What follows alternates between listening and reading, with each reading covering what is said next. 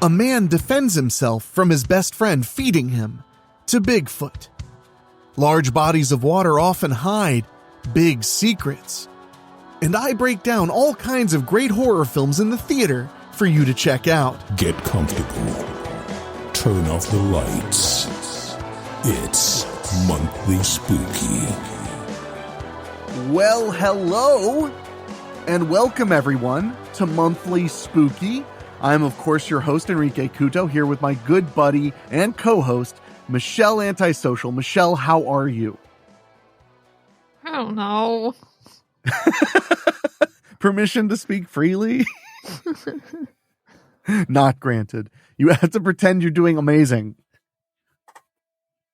I just pretended I just went away for a little while, or my microphone cut out, but I said the thing that you wanted me to say.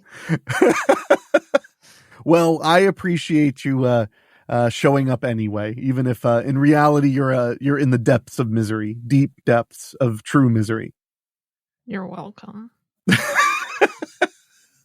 Well, I'm looking forward to sitting down with you. For those who are new to Monthly Spooky, Chell and I sit down and we read spooky news stories. We talk about a spooky topic and just kind of have have some fun to wrap up the month. And I have to be honest, this was not a fun month for me. Well, I lost my dog, Henwolf, my other dog. And why are you smiling? I don't know. I was just like, that was this month. If it wasn't, well, I'll be honest. If it wasn't this month, I don't remember the month before. Yeah. So it was probably this month, or it was right at the end of March. Maybe. Yeah. I don't know. I don't know anymore. Yeah. No. I mean, I've been to be 100%. I've been grieving pretty hard. Yeah. And I know right now I'm like, haha, and I smile. It's really because I'm sitting with my buddy and talking, and it feels nice to hang out with you, Chell. Oh. But it's been a hard month. And people have been really great about, checking on me and offering words of encouragement. It's just hard. Mm-hmm. I adopted both of my dogs, and when they were already considered seniors. Yeah. So, I consider myself very fortunate. I got almost 5 years with Chicano, and I got almost 7 years with Henwolf. Wow. Yeah. And they were both roughly the same age. They were probably 13 when they passed. Mm-hmm. So I've just been kind of dealing with that. And it's a lot of feelings. I didn't expect, I don't know what I expected. When Chicano passed, I don't think I realized how much it helped to have Henwolf around. Sure. Even though she was not well, I was having to help her walk and stuff, help her, go to the bathroom and stuff. She was my baby girl. Yeah. So when he passed, all I wanted to do was spend time with her. Mm-hmm. And then when she passed, I realized I was just completely lost. Yeah. Just had no clue what to do. So it's been a hard month. It really has. And you just made a squinty eye at me. What did I do? I don't think I did, actually. You totally did. I'm going to start recording the video feed of the show just so I can keep you from gaslighting me. Okay. I feel like I'm going to look away, and then when I look back, you're going to be doing the throat slit with your finger. And I'll be like, what are you doing? You're like, I don't know what you mean. Nothing. Exactly. Yeah. I'm not doing anything. But I don't want to make this whole show just about losing my dog, but I did want to mention it because it is important, and it is something that's been really on my mind. Mm-hmm. And I've been very thankful for the show because it's given me something to do. I thought that I would want a break from the show, but it turns out that it's a perfect distraction from everything. Yeah. So, yeah, which makes sense. I mean, most of what we do here at Weekly Spooky, or what I do here at Weekly Spooky, is sit in a dark room and read out loud. Mm-hmm. Obviously we do shows like this. We do shows like Cutting Deep into Horror, where it's a more of a talk show format. But overall, Monday and Wednesday is almost exclusively, things that are scripted. So it became very easy to kind of get my mind out of where I was. Yeah. So, and just, I cannot tell you, between people writing me on Patreon, the Patreon backers who I appreciate so much, I've gotten emails, I've gotten Facebook messages from people just saying, we're sorry about you losing your dog. And also, I appreciate that a lot of people were just kind of startled because I just lost 2 months earlier. I'd lost Chicano. Mm-hmm. So I was appreciative of the people who just reached out and were like, I'm so sorry. Like, that must be really hard. And I'm like, yeah, it is. And I appreciate being seen and heard.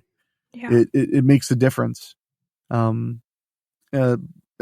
I don't know. I don't know how, I mean, there's not really that much more to say. I talked about both of them quite a bit on the main show. Because that was the one thing I did want to do was I just didn't do usually we have a format at Weekly Spooky, Mm-hmm. There's the tease, then the intro, then the intro video or music, and then I talk my talking intro, the story, the outro. That's it.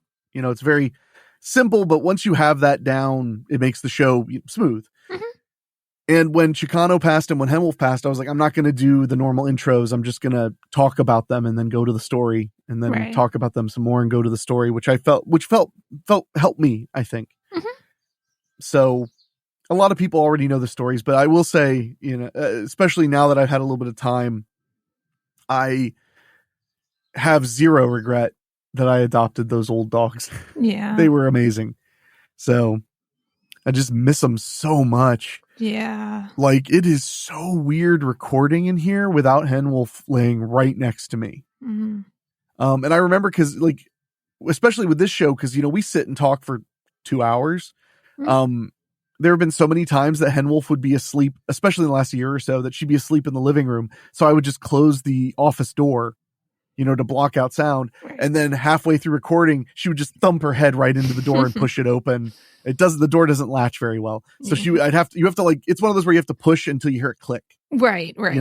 And I don't usually do that because I just need the sound blocked. Right. But yeah, so I'd hear a thud and then the door would just open. And she's also done that in the middle of me recording scary stories and it would scare the ever loving shit out of me. Yeah. She also a couple of times sneezed during scary stories and scared the hell out of me. So I do want to say that that's the other thing is like the dogs were very much like a silent part of Weekly Spooky for me. Yeah. I would say about 50% of the time I recorded Chicano was under my desk on my feet. But about 90% or more of the time Henwolf was laying to the side of my chair. Not just when I record, any time I was in my office at all.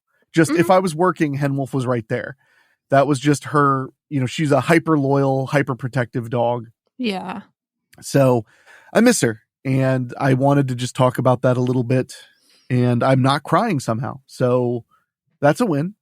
Yeah, I guess. Yeah. Unless you wanted it to means be all those crying. quaaludes are working. There you go. But anyway, that being said, we have quite a show. We have a whole lot of spooky news and tonight's topic, and I think you'll like this one, Michelle. Yeah. We're going to talk about Champy. Okay. The Lake Champlain Monster? Yeah. I thought you'd like that. I feel like you're the kind of person who likes Champy. Champy's okay. I just like he has a fun name. Well, I mean, that's my favorite part of Champy is that his name's Champy. Although, I got annoyed because when I was looking up info about him, it said Champ. It just kept calling him Champ, and I was like, no, it's Champy. Yeah. You should edit the Wikipedia. So I should. Well, it says Champ or Champy on the main page. Okay. But the top of it says Champ. Folklore. Yeah. I don't think people call him Champ because my sister went to university in Burlington, Vermont. So, and I know that she calls him Champy. So I'm pretty sure she's right. Damn right. I appreciate. Look at you standing up for your family. I guess. Yeah. Well, we're going to be talking all about Champy in just a little bit. I did try to look into. There's a lake monster near where you live. That called like Raytown Ray or something like that. Where the hell's that? It's in like near. It's like not quite Nepa. Really? Yeah, but it's a smaller legend. Like I wanted to cover that, but it was like the Wikipedia and stuff was barely like it would have taken like 6 minutes to read it. Mm-hmm. So I went with Champy because Champy has a lot of history. Yeah. So, but we'll be diving deep into Champy after we get to our spooky news, which reminds me, we're going to go to a break. And when we get back, We'll be talking all about the spooky news right after this.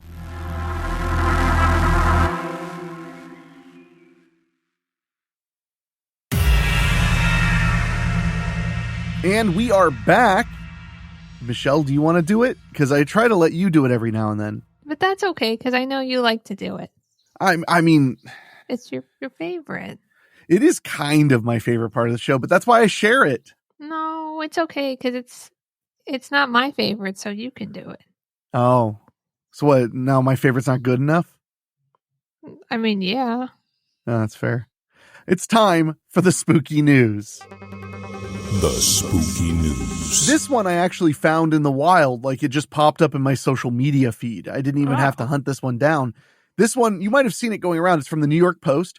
It's the headline is Oklahoma fisherman found guilty of murdering pal he thought planned to feed him to Bigfoot. Wow, I haven't heard of that. But how could you forget if you had, right? Yeah. So, and speaking of, this is a great place for a plug. I do have a new documentary up on Tubi to watch for free called Bigfoot in Ohio. So if you are a user of Tubi TV, the free movie and TV show app, you can watch it for free, or you can wait until October when it'll be released as a podcast right here on Weekly Spooky. Hey. But yeah, so Bigfoot in Ohio, check it out on Tubi, Tubi, Tubi. All right, so this article is also like height of journalism. It was a fishy story which became a hairy tale. Aw. You like that? Not really, but I appreciate that they're trying. An Oklahoma fisherman choked his friend to death because he bizarrely What, you didn't think it was going to be that brutal? Yeah, I don't know, like shot him or something, and then he was like, "Oh, I guess you weren't." No, he choked him out, and he just kept choked choking him to death. Yeah, yeah. Because I mean, the headline is he killed his friend. He murdered him. Yeah, yeah. An Oklahoma fisherman choked his friend to death because he bizarrely believed he planned to feed him to Bigfoot. A judge ruled Wednesday. Quote, "Yes, there was a monster in the woods that night, but it wasn't Bigfoot. It was Larry Sanders." Whoa, and his name's Larry Sanders. That was a fictional character on an HBO late night talk show. It was called The Larry Sanders Show. So that's even more bizarre. But do you like that? That's the argument the district attorney Eric Johnson said after Sanders was found guilty of first-degree murder at the Pontotoc County District Court. It's Pontotoc. Oh. Yeah, see what I mean? Pontotoc County District Court. So let me ask you, Chell, if you were out on a hunting trip or something, a fishing trip, was a fishing trip, and first of all, what would it take for you to start to suspect that you were going to be fed to Bigfoot by your friend? Like if you and we were out on a fishing trip, what would it take for you to believe, like, wait a second, he's planning to feed me to Bigfoot? I guess first I'd have to believe in Bigfoot. Okay, that's step one. Okay, so assuming I believe in Bigfoot, and maybe like you had this phone call and you were just like, "Hey, Bigfoot, I'm gonna feed Michelle to you." And I was like, "What?" And you were like, "Oh, nothing. I'm just talking about another Michelle I'm gonna feed to Bigfoot." I think the best part of that call is that it's like, "Hey, Bigfoot, I'm going to feed Michelle to you." Like I'm going to feed Michelle to you is still out loud for everyone to hear. That's the best part. Yeah. No, let's set the scene. Okay. You and I are on a fishing boat. Mm-hmm. And I'm okay. And you're you and I'm me. And we're just holding our fishing rods out in the water. Mm-hmm. Would you want to fish or would you consider it too cruel? Because you eat fish. I don't want to fish. Okay. So you have a hook in the water, but you didn't bait it. What about if I just have a net and sometimes I catch the fish and I just put them right back? You like catch him and you go, "You're beautiful." And then you put it back in the, okay. So you're standing there with a net kind of moving through there. And I'm like, "Hey, be careful. Don't want you falling in that water. You know, Bigfoot doesn't like soggy meals." Yeah. And I just laugh because I'm so kooky. I have a spooky podcast. Ring. Hello? Oh, hi, Bigfoot. Yeah, Michelle will be ready for you to eat. Alive, yeah. Wait. Huh? What? What? Oh, Wait. Michelle, What did you say? Michelle, I'm on the phone. Okay, Please. sorry. Thank you. Oh, yeah. She won't put up a fight. Yeah, like 110 pounds tops. All right. Bye. Who was that? Sorry, what were you saying? Who was what? Who were you just talking to? Oh, that was one of those robocalls, cars extended warranty things. It sounded like you wanted to feed me to Bigfoot. Why? What would make you think that I was trying to feed you to Bigfoot? Because that's what you said on the phone. I think that's a little bit of a stretch. Didn't you say that I wouldn't put up a fight and would you put up a fight? Would you put up a fight? Yeah, I think. Would you? I'm really confused. So now you're saying I lie to Bigfoot. Yeah. Yeah, because I would put up a fight, so maybe he needs to know that.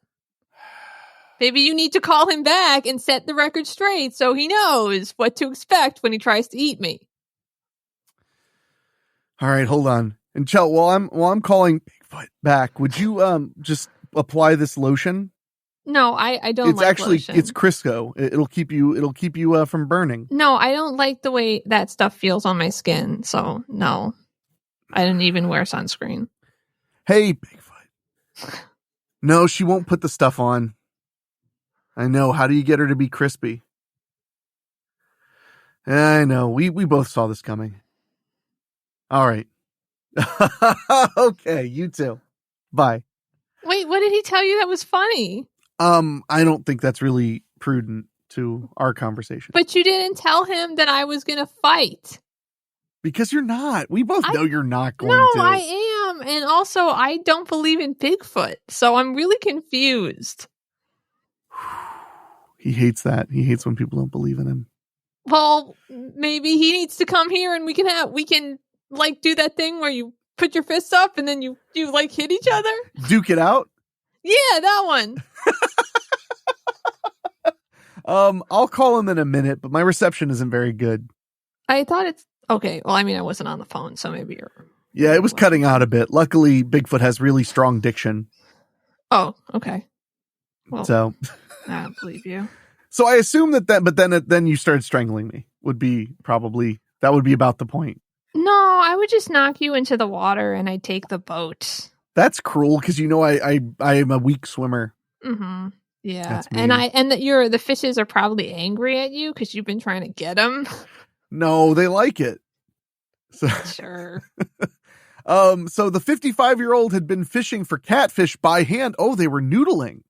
Yay! Okay. Had been fishing for catfish by hand with his high school buddy, Jimmy Knighton, 52. I would totally do that instead of the thing. You would go noodling? Noodling can be dangerous. Don't they just come and bite on your fingers? And sometimes they can hurt you. Well, I deserve it. I'm trying to kill them, so we might as well make this a little bit violent. Okay, fair. In July of 2022, when he claims to have... Whoa, that escalated quickly. He said, okay, so they were catfishing by hand with his buddy, Jimmy, in July of 2022 when he claims to have spotted a 12-foot tall Sasquatch tromping around downstream. Oh. So they witnessed Bigfoot. Okay. And then I guess his next thought was like, and you're trying to feed me to him, which is, not at all paranoia. Well, I mean, I would think if you saw Bigfoot and then your next thought was you're trying to feed me to him, it might be because the person said, hey, Bigfoot, look what I brought you, this guy that you can eat. He's delicious. Gaz, taste me. I'm delicious. The friends got into an argument over a fish swimming in the South Canadian River, roughly 100 miles southeast of Oklahoma City, when Knighton shouted. Sanders thought he was summoning the mythical ape to come and eat him. You're right. Knighton started shouting, and Sanders thought he was summoning the mythical ape to come eat him. See? I mean, if my friend was trying to get Bigfoot to, eat me... Yeah. Sometimes you just gotta do it. Yeah. Here, Bigfoot. During the wild trial, Sanders told the court he suspected Knighton was planning on drowning him and floating his body downstream to feed Bigfoot, the outlet reported. A brawl between the men broke out and Sanders grabbed his pal by the throat and strangled him until he turned blue and died. He confessed to cops. Wow. Sanders told police he kept Knighton in a chokehold until he stopped breathing while a tribe of Bigfoot watched. Why didn't they intervene? That's really, that is messed up. Yeah. Those big feet should have done something. Well, I guess when you see animals fighting each other, like wild animals, maybe you're not supposed to get That's involved. only if you're under contract from National Geographic. Oh, well. Then it's your job to just take pictures of the brutality of nature. But you don't know what the big feet were doing. That's true. Well, apparently they were waiting for a free meal. I don't think so, because they were just watching this guy get strangled. So it sounds like they were reporters from National Geographic, and they were just watching. Well, I don't understand did they eat his friend's body then? Because they were clearly hungry. No. Right? Well, no, because we know. No. Oh my God. It gets sillier. This is based on his testimony. Or this is reporting his testimony. Mm-hmm. Sanders told police he kept Knighton in a chokehold until he stopped breathing while a tribe of Bigfoot watched. Justin Brown, a special agent with the Oklahoma State Bureau of Investigation, testified during the trial. Sanders claimed he then raised his hands in victory to show the upright walking apes he'd won the fight, the agent said. Wow. I hope they mentioned that methamphetamine was involved or something, because this is so insane for there not to be serious drugs. Yeah. Quote, Larry claimed that while at the river, he discovered Jimmy intended to feed him to Sasquatch/Bigfoot. Sanders told the Oklahoma State Bureau of Investigation. Larry and Jimmy fought for an extended amount of time on the ground. Larry confirmed he killed Jimmy by choking him to death near the river. To win a first-degree murder conviction in Oklahoma, prosecutors must prove malice aforethought, meaning the killer must have had the intent to cause death, Johnson said. Sanders' lawyers have insisted that he was simply trying to take control of the situation in a heated moment, but didn't mean to kill his friend. That's why he raised his arms. Hands in victory. Yeah. His attorneys had previously planned to use an insanity defense, but scrapped the claim after Sanders was shown to understand right from wrong. Oh, sorry. The first-degree murder conviction was handed down by Judge Steve Kessinger, and Sanders now faces a life in prison without parole. His sentencing hearing will be June 18th. So there's two possibilities here. Either he's insane. Right. And he really should just be somewhere where he can't hurt other people. Or this all really happened. And he just fucking saved himself from being eaten by big feet. And I feel terrible for him. I will say, I feel bad saying this, but I'll show you a picture of him. He kind of looks like he could be a tweaker. Yeah. But he could also just be real old and not taking care of himself very well. Yeah. But he kind of looks like a tweaker. That's the part that I'm confused by. There's no reference to drugs. Yeah. No reference. Although, also look at his buddy. He was good at noodling. Look at that big catfish. I can't see anything. Oh, really? Yeah. Oh, I'm sorry. I thought, it's not working right now. That's okay. I'll pretend. Wow. Look at that. I'm glad you're enjoying it. So there's just a photo of his buddy and he's just got a catfish that's probably 2.5 feet long. Wow. Very, very big. So, I am surprised there's no reference to drugs, no reference to alcohol. You'd think that they're at least drunk. Yeah. Boy, howdy. What a story. What a story. Yeah. Ay. Well, we're going to take a quick break and we'll be back with even more spooky news.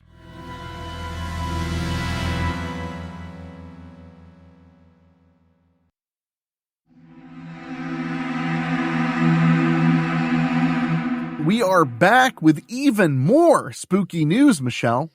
Yeah. And somehow you are still not Bigfoot food. Yeah. I'm proud of you. Thanks. I'm pretty good at fighting. I have been proven wrong. Yeah.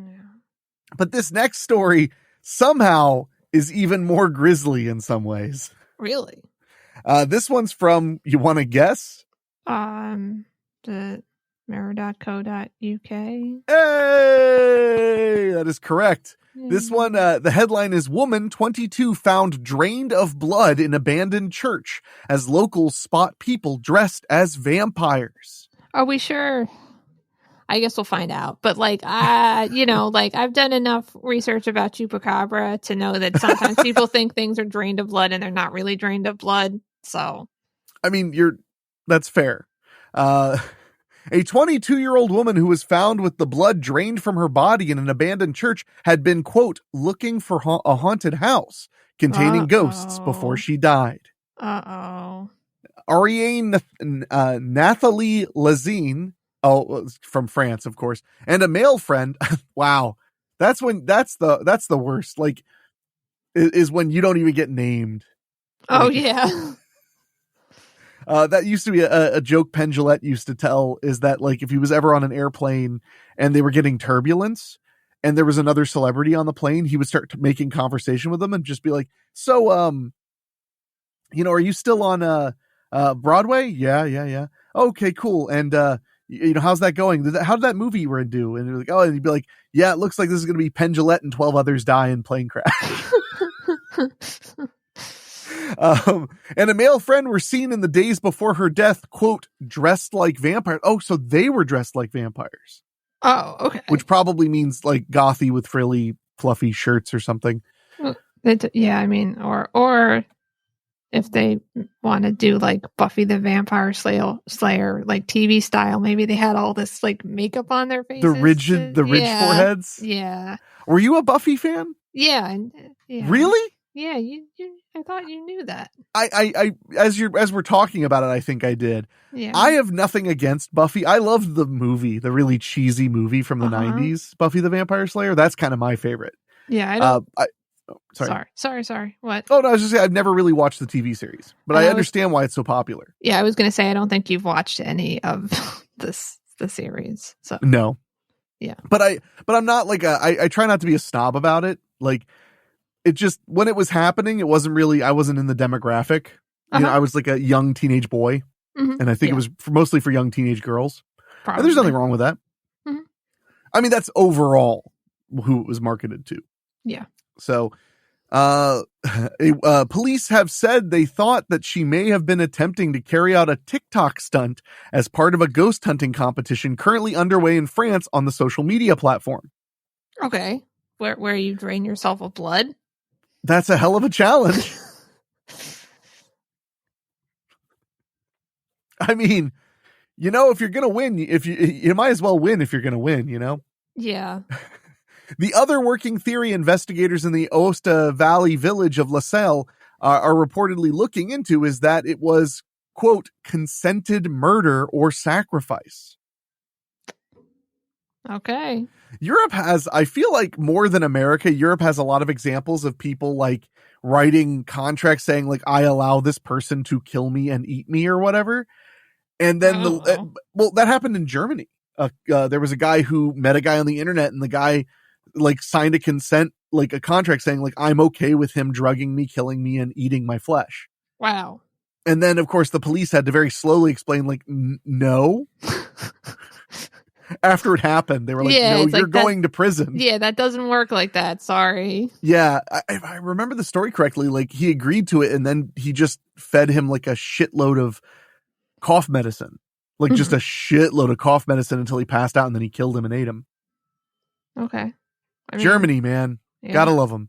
So, in a police interview, a witness described, I went ahead a little bit. Her decomposing body was found by a hiker on April 6th at the deconsecrated church in northern Italy's Aosta Valley. She had been drained of blood and it is believed she had been dead for several days. Okay. In a police interview, a witness described the young woman in the days before her death, describing her as pale and emaciated, and the man had dark hair and olive skin. Oh, I see where we're going. Yeah, you people always go after us swarthy bastards. The second some white lady dies, it's immediately like, but where were the Mediterranean men in all of this? I guess. The witness told police investigators that she looked like, quote, a walking corpse. Medical examiner Roberto Testi said the young woman had been stabbed with what investigators say was a camping knife and had bled to death. Okay. So they have a reason to believe that she bled a ton of blood. Okay. She had multiple stab wounds in the neck and abdomen, as well as gunshots to her neck and body. Oh, God. That's quite a killing. Mm-hmm. There were no signs of a struggle, police said. Police said the shots could have been inflicted after she died. Why? I think why is the question in any part of this story. Yeah, I guess. Some of the blood at the scene had reportedly been scraped off the floor and removed. But, I understand now. Yeah. Yeah. That I can see where they're coming from now. Like if they were like, it's clear that blood had pooled and somebody had like scraped it up, like gathered it up to drink it, or cleaned it up, however you want to look at it. Yeah. The young man who had been seen with her was tracked down to Lyon in France, or Lyon in France, on Wednesday night. The 21-year-old Italian man, Tiema Sohaib, was arrested on suspicion of murder and is now awaiting trial in the French city of Grenoble. Lazaine was found a packet of pink marshmallows was found with copywriters mirror.uk. You have none. Was found with a packet of pink marshmallows and groceries near her body. Oh. Wait. Sounds like they were going on like a camping trip or something then. I mean, if they had like groceries and they were in the middle of like nowhere at a desecrated church. The crime scene was soaked in blood and she had been wearing leggings, a jumper, and dark coat, according to police. Lazaine is from Saint-Price, a town near Lyon, while Sohaib is said to be from the Marche region of Italy, but he had been living in Grenoble in Val d'Isère, southeastern France. Police stated that her death could be related to a hunting competition on TikTok, which is currently popular among young people in France. Yeah. So what do you think? You think it was TikTok? No, I think that the guy is a vampire. And I thought the world was a vampire. No. That's every time I hear that song, I hear it as the world is a campfire. I don't know why. But no, nice. So this does kind of sound like it might just be a twisted murder. Yeah. No, I think he was a vampire and she wanted him to kill her. To make her a vampire? Yeah, but he didn't. Change me in Twilight. Do it right. And then because he didn't know how. So he just kept trying to kill her more. And then he was just like, I guess I'll just drink the blood. And that was it. And shoot you multiple times after you're dead. Maybe this will work. Jeez. No, like, it makes me think of Twilight because she would constantly be like, Edward, change me. Edward, change me. And it always made me laugh because every time she said it, I just imagined she was talking about a diaper. Like, she'd be like, I want you to change me. And it's like, for God's sake, you're 23. Like, learn how to use a toilet. Yeah, you can change yourself. No, that's pretty twisted, but to me, it just sounds like a murder. But it is interesting that there was no struggle. That does raise a lot of questions. Yeah, I mean, she was stabbed, and shot so many times. I mean, are we really sure that there wasn't a struggle? You know, like. I mean, that is a good question. I don't know. Yeah, we should get over there and check out the body, and then we can make a decision. Yeah, let's do it. Okay. Is that what that's where the show's heading? Is to just doing GoFundMes to like send us to Italy so we can investigate a crime? Yeah, let's do it. I don't really speak Italian though, so it might be hard. Well, it's like you saw Inglourious Bastards. No. Oh, there's a whole scene where they're pretending to be Italians. The American officers are pretending to be Italians, and he's like, "All right, I speak Italian, you speak Italian, or I speak Italian, you speak second most Italian, you speak third most Italian." He's like, "I don't speak any Italian." He's like, "Third most Italian." It always stuck with me. You speak third most Italian. Okay, well, here's a lighter story. Okay. After we had some really dark stories. I loved your reaction to the guy strangling him to death. You were just like, oh my God. As if it was going to be like a nicer murder. Yeah, you know. Well, this article is from the Huffington Post, and it says, you read that right. Florida officials nab runaway kangaroo. Yay, I guess. What are you on the side of the kangaroos? No, I mean, I don't think they should be in Florida, but I also want them to be free. So. Well, maybe they like the weather. A lot of people like the weather in Florida. Yeah, I guess that's true. Tampa, Florida. A wayward kangaroo was corralled safely by sheriff's deputies Thursday after it was spotted hopping around the pool area of a Florida apartment complex. It's probably thinking about if it wanted to move in. Yeah. Like, oh, this pool's all right. It was probably had the little strips. It was testing the chlorine. It was like, do they actually maintain this pool? Yeah, like, and that's why they arrested him, because he was going to be a whistleblower and, expose the whole place. This is getting deep. You don't know how high up this goes. The Hillsborough County Sheriff's Office released video and still photos of the kangaroo, including some footage shot from a helicopter. The agency also released audio of a female resident of the complex calling in to report it. Quote, I actually see a kangaroo. It's kind of a large kangaroo, the unidentified woman says. We got him closed in at the pool gate area. I feel like that's exactly how the call would go if I was making it. Yeah. I'm actually seeing a kangaroo right now. Like, that way it's like, this is not to be confused. This is a kangaroo. I am positive. Deputies were able to figure out the animal's owner and reunite them after checking for its proper registration. The agency said in a Facebook post, no injuries to the kangaroo or any people were reported. Yay, I guess. So that's a little bit of a happier story. Yeah, if you think kangaroos being kept in captivity in Florida is happy. Well, first of all, considering kangaroos can fist fight you, you gotta be careful with them. So... You ever see how buff kangaroos look like when they like flex their arms? I don't know. They're terrifying. And they'll fight you, like they'll punch you. Well, you deserved it. What? Always? I think so. I watched this video the other day that was Australian fail compilation. It was like weird things happening in Australia. Mm-hmm. And there was a part where a kangaroo was standing in like this shallow part of a pond, and it had its hands on this guy's dog. Like it was just holding it. Holding it there. Kind of threateningly. Mm-hmm. And literally the Australian guy just walks up to it and goes, oi, let go of my dog right now. Let go of him. And then he's like has his fist out. He's like, I'll punch you right in the head. And he's talking to it like it was a guy. Yeah. Like it's just so funny. Like it's just, there are so few animals in this life that when it's time to like get them to fight them, you square up. Yeah. Like you're going to have a fight with them. And it's just like the way he's like, I'll knock your block off. Just, I don't know why, but that just stuck with me. But yeah, it was literally just like holding the dog in place, probably trying to, not necessarily hurt it, but defend itself from it or something. But the dog is just sitting there like, what's going on here? Yeah, why are you holding me? And the kangaroo's like, oi, don't worry about it, bruv.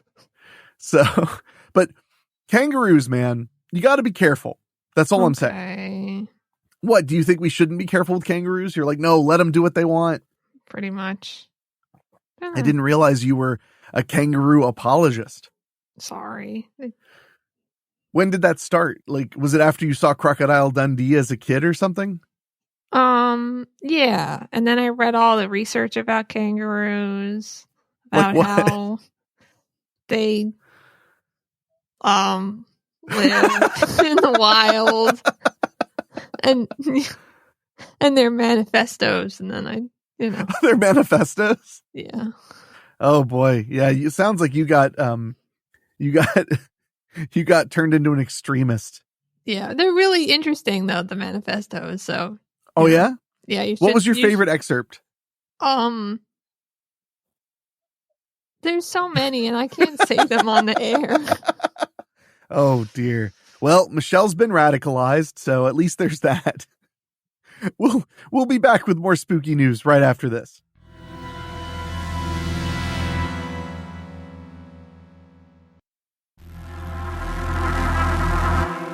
And we are back with not only spooky news, but now we're going to get kind of depressing and philosophical. Yay. Another story from mirror.co.uk. This story says hospice nurse shares the one thing, quote, almost everybody sees just before they die. Yay. You okay? You look terrified. Oh, all of a sudden, I just touched my screen and I opened up a completely different browser and I couldn't get it to close. I thought that might have been what happened. Yeah. So, you ready to talk about death, Chell? Sure. Yay! Do it again. Yeah. Well, before we were talking about murder. Now we're just talking about death. Oh, no, it might as well. It's always on my brain. Might as well talk about it. Yay! You think about death a lot? Yeah. Yay! There's a song by a band that I kind of like, and it's like the chorus. You can say or the band. whatever. It won't hurt anything. I can't remember what their name is right now. You must really like them. Yeah. And the like chorus or one of the repeating phrases is "You should think about death more." And I thought that like they were being like sarcastic, but I think that there are people who just don't think about death all the time. Yeah, they're called well-adjusted people. Yeah, apparently it's not normal. I mean, I can't tell you how many times in my life I've had the, it's just me and not everyone else moments. Yeah. So this article from mirror.co.uk is all about what people see before they die. Okay. While none of us like to think about it, sometimes we may wonder what it feels like before we die. Will our life flash before our eyes? You may have wondered from time to time if there's any truth to the white lights or seeing the face of a person you love in your final moments. While we'll never truly know until that time comes, an individual has offered some insight. Okay. Hospice nurse Julie McFadden says there is one thing that, quote, almost everybody sees just before they die. Julie, who says she does not fear death, says there are things that we can all do to educate ourselves about it. What a humble brag. Well, I don't fear death, so. Yeah. I don't know. I don't know if I buy that. Well, I don't know. I think she doesn't fear death, but I don't think that's smart. But I think it's true.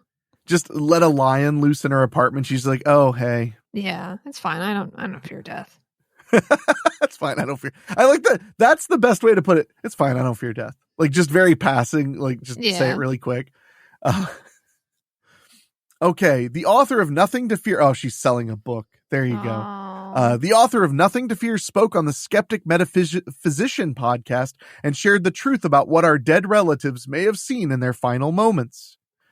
Julie from Los Angeles said, quote, one of the main things that happens to almost everybody is it's usually about a month before they die, they start seeing people who've already died. Mm-hmm. I'm guessing they mean like loved ones? I don't know. They didn't specify. Oh, well, she continues. Oh, man. Quote, it is always people who bring them comfort. So I say family members, but only family members if they have a good relationship with them. It's people who've already died and they come to them. It's sometimes dreams, but usually physically. And they will say, I'm coming to get you soon. You don't have to worry about anything. Well, I mean, that's nice. That's good. So it's not the pile of fitty men you killed in Vietnam or something. I mean, that's good, right? Well, you don't want to scare them yet. Then they won't die. Yeah, where are the people that had the horrible pasts? And it's just like every person you wronged. Exactly. Or like, what if there are people who don't have anyone that they liked that died? Well, then it's just like that DMV worker that you were nice to that one time is like, don't worry. Oh, okay. You'll come with me. I this is interesting, but like, I'm curious what the angle is going to be. It's the book. The book is the angle. Well, I mean, what the angle of the book is more so what I mean. I mean, obviously she's selling the book. Yeah. But like, is the angle that our minds do that to comfort us, or that this is supernatural, or that's what I'm curious about. Okay. Mm-hmm. Because the fact that she was on the Skeptic Metaphysician podcast makes me think that either that's not a good name for that podcast, or that she's a more realistic person. Yeah. You know? Because usually when you use the word skeptic, it means that they're at least questioning and challenging concepts like life after death and things like that. But then again, I mean, did I ever tell you about the time I went to a free thought meeting in Dayton, Ohio? I don't think so. So free thought groups used to be really popular about 10, 15 years ago. Mm-hmm. And like most things, they got too political and then everybody quit going. Yeah. No joke. That was literally what killed it. Was all of a sudden they became political action meetings, and then nobody wanted to go anymore. Because originally they were basically where a group of people would go. And really the thing that tied us all together was we were, at the very least, if not non-believers in religion, we were skeptics of religion. We were challenging religion. Mm-hmm. And the first time I went, we all met at my favorite Thai restaurant. That's what got me to go. Oh. I was like, hey, they're all meeting at my favorite Thai restaurant. Well, screw it, I'll go. Mm-hmm. And we were there, and it was all the nicest people. And then this one guy who it turns out was selling a cream that cures everything. Oh, okay.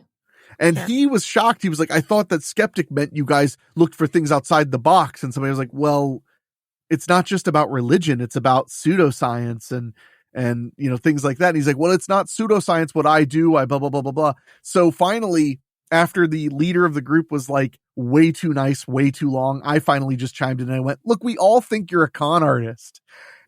And it's because we know that you're a con artist. So here's my question. You claim to have a lotion with crystal pieces in it that heals things. Does it cure everything? And he's like, and he starts listing all the things it cures. And I'm like, can it cure AIDS?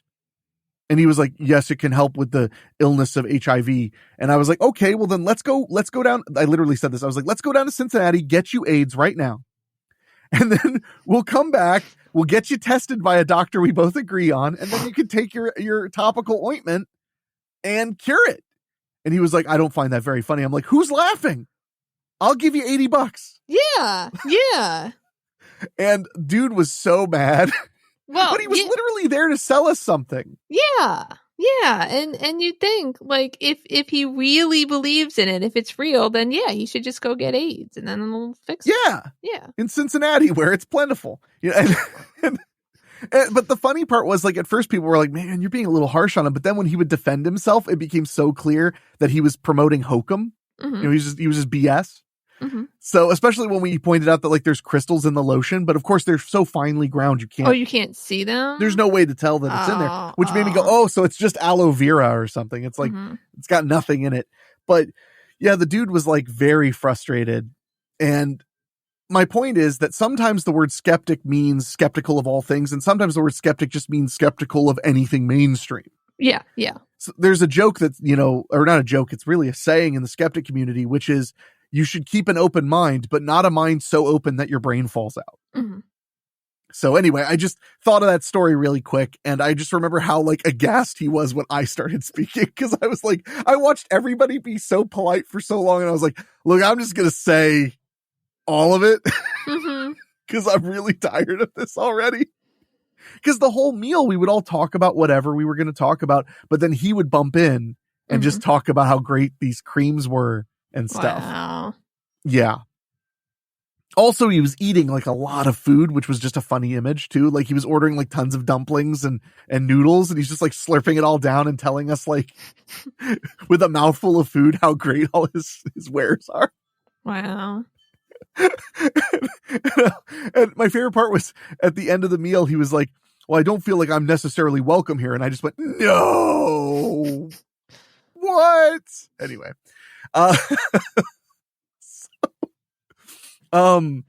Let's see. The hospice worker said that it could also be an individual's pet.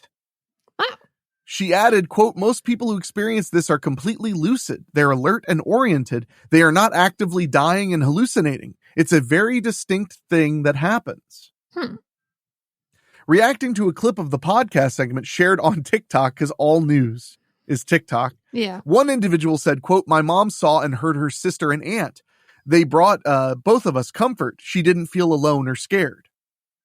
Another person said, quote, "This is so comforting. My pets, I can't wait to see them." That's so sad. I mean, I get it, but that's so sad. Yeah. Another said, "Thanks for sharing your knowledge. It's very helpful." That's one. That's not it. There's a little bit more left. Oh, I was just going to say, like, that's really a comment that they shared. Thanks. It was really helpful in the article. I mean, I guess that they're like, that sounds comforting. No, I know, but that's like a weird thing to put in this article. Like, oh yeah, it's not really like, why? Well, I'm not trying to say that the mirror.co.uk has low standards, but whoops. Oh. That just blurted out. I don't know. That's why they're literally like the cow we milk here on Monthly Spooky, because they publish so many odd stories. This is honestly one of the least cockamamie stories I've ever read them publish, because almost all of them are like, this haunted doll may have killed someone, and then you read the whole article and there's nobody that may have died, but there was a doll that someone thought was haunted. Like, love it. Or almost every story is just recounting a scary TikTok. Yeah. Which honestly, I need to get into horror TikTok. I bet it's really fun. Yeah. I mean, just watching it, I don't have to like participate. I just want to like view it. So one individual sharing her heartbreak commented, quote, "I lost my brother in 2021 and my dad last week. I've been following you and I want to say thank you for helping me understand transitioning." I mean, what I just read doesn't like, it didn't suggest that it's actually happening, but I guess that is what's being implied. That is absolutely what's being inferred. Because, I mean, unless there's more of the article. You did the thing. What? You used inferred instead of implied. Oh, is that good or bad? It's bad. Inferred is when you receive the implication. So, like, I inferred that she means this. Oh, okay. It's the other way. Okay. Yeah. So she's implying, you would be inferring. So I just learned the actual difference like 2 weeks ago. So I'm like really excited to share because I finally understand it. It took me forever of saying inferred instead of implied. Okay. So what you're saying is you're inferring from this. Yeah. So I'm inferring from this that she is implying that this is real, because there's nowhere that says, oh, well, we don't know what this is. So it's just a statement that your relatives come visit you and stuff. I'll say, here's where my skeptic brain goes off. It's not, these are hospice people. So these are people who are aware that they're at the end of the line. Yeah. It would be different if there were stories of people seeing their dead relatives and stuff before like a car accident or, you know, or a sudden aneurysm. Yeah. I think that this could just be a part of coping with your situation. Your subconscious wants comfort. Your subconscious wants to remember. I feel weird talking about it, but like, I had dreams about my dogs on the days I cried the hardest about them. And it did bring me some comfort until I woke up, and then I'd be sad again because I didn't have them anymore. Your brain is nicer than my brain. My brain doesn't do that. Ever? Not really. You don't dream about people who are gone or animals that are gone? I mean, like years after they were gone, and then it's not really comforting. It's not the same anymore. Sure. No, I get that. Don't. So I guess that means that my brain is just going to let me be all alone. Yeah. Yeah. In fact, yeah. Your brain is just gonna it's gonna just bring you'll just see like an 8-year like a 8th grader walk up to you and and say like, "Michelle, remember that time you said the wrong thing?" And you're like, "I do remember when I was 12." And then I just die. It'll just be me coming to you like with angel wings and going, "Michelle, implied is what the person speaking does. Inferring is what you do as the listener." Oh no! And then I die. I've been wrong all this time.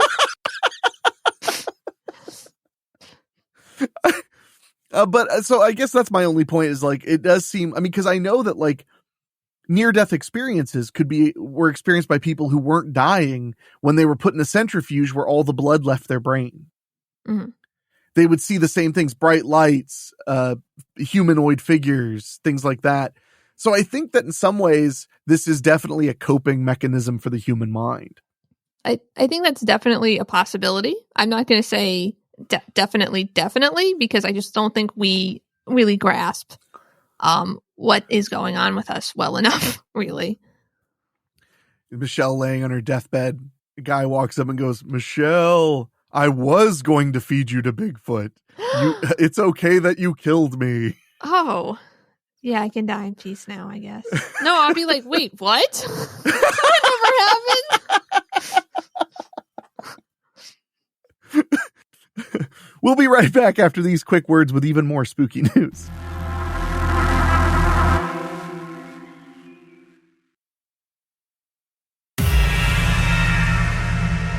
And we are back. Even more spooky news. And Michelle, I have a question for you. What? Are you hungry? Not really. No? No. Are you hungry? I was until I looked at this article from Huffington Post. Oh. New Orleans restaurant puts cicada salad on menu. Are you ambivalent toward eating bugs? Yes. Really? Yeah. Have you eaten bugs? No. At all? I mean, not intentionally. not, I wasn't participating in eating bugs when it happened. It just kind of happened. No, I've eaten bugs. Like I've eaten candied ants and candied crickets. Mm-hmm. They're fine. But when I look at this thing where it's like cicadas are just like piled on top of like, actually, this doesn't look that bad. It's cicadas on top of what looks like watercress lettuce or whatever you call it. And it looks like there's little slices of green apple. Wow. Which I love apple in salad. I don't know about you, but no, I don't really, but that's okay. Well, in my family, apple finds its way into everything. Like, I don't know if I told you the secret to my grandmother's perfect coleslaw is an apple cut up in it too. That would probably be good though. Yeah. It's really good. Yeah. It adds this like crisp freshness to it that I really like. But I don't know if I'd want to eat cicadas. Do you get a lot of cicadas where you are? We get them a lot. We do, but we didn't get those really cool times when you couldn't like mow your lawn because the cicadas are flying into you. Oh my God. That's apparently, I just saw a news story, but I don't remember where it was from, but somewhere in the US on the East Coast, the cicadas are so loud right now that people were calling the police. Yeah.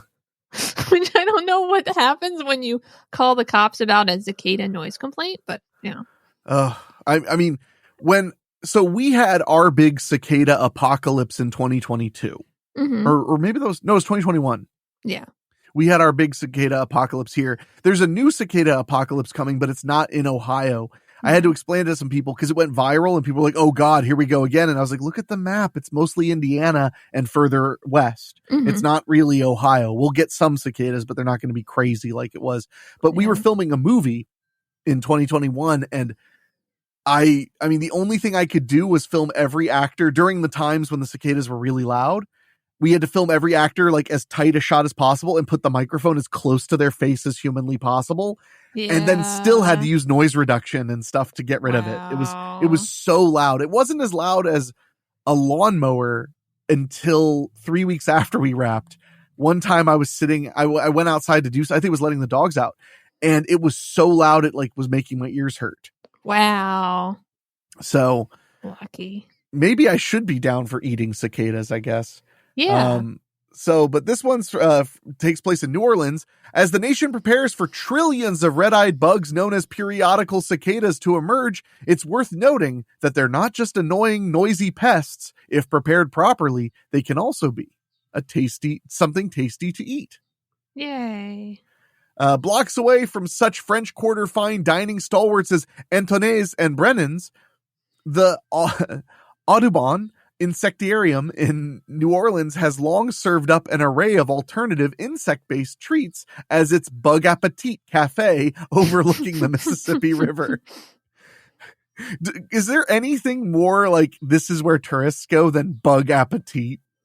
Yeah, I don't know. Cinnamon Bug Crunch, chili fried waxworms, and crispy Cajun spiced crickets are among the menu items.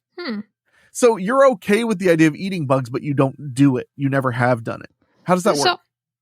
Just like anything else in the world, I don't know where I stand on like those type of things like invertebrates and stuff on eating them. I don't think I like eating things that are alive, but I think if I had to, no, that seems mean. You mean eating things that were ever alive? You mean things because these bugs are dead and roasted, are alive or were alive, but aren't plants. But maybe some plants that are alive I have a problem with, but not the kind that like the kind of plants where you don't eat the roots are probably fine. Okay.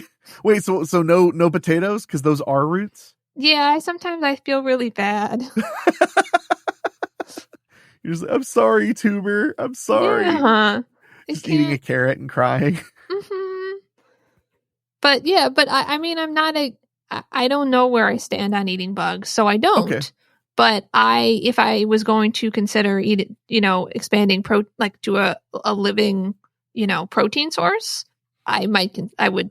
It's possible that I could consider. Would you consider them over fish? Because you already eat fish sometimes, right? Yes. Maybe. I feel like fish are pretty smart, but I think bugs are smart too. But I heard the cicadas are pretty dumb. So I don't know. And also, I think it's mean to decide what you're going to eat by how smart it is. So I don't really know. I like it. You spent like 45 seconds making a point, and you're like, but also I hate that point. Yeah. That's a perfect self-debate. I like it. No, I'm not against eating bugs. I don't think, but I understand the stigma that some people just don't want to eat a bunch of bugs. Yeah. I mean, I think that's it's very dependent on the culture that you were, raised in. Yeah, but a lot of cultures have very minimal bug eating, unless they're in like the jungles and stuff like that, where food is extremely rare. The escargot is like the big, as far as the Western world goes, bug eating is eating snails, and then of course you get into like crustaceans. Lobsters, crabs, which are basically giant bugs from the ocean, or even more so crawdads. Yeah. Or crayfish, however you want. Shrimps. I grew up with them being crawdads because I was in New Hampshire catching them to use for fishing bait. Yeah. You ever eat a crawfish? Yes. They're good. Yeah. Maybe I am okay with eating bugs. I don't know. Yeah. I'm sure that they add a delightful crunch, and I've heard that they're nutty. That they have like a nutty flavor to them. So maybe I'll send you some bugs. That's okay. I have enough bugs here. I could always just eat them. Okay, let me tell you something before we continue. Yeah, of course.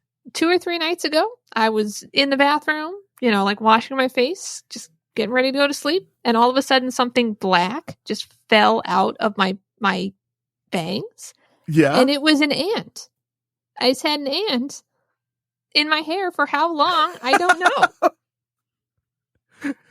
That is so funny you mentioned that, though, because I had a bug incident last night before I went to bed. Really?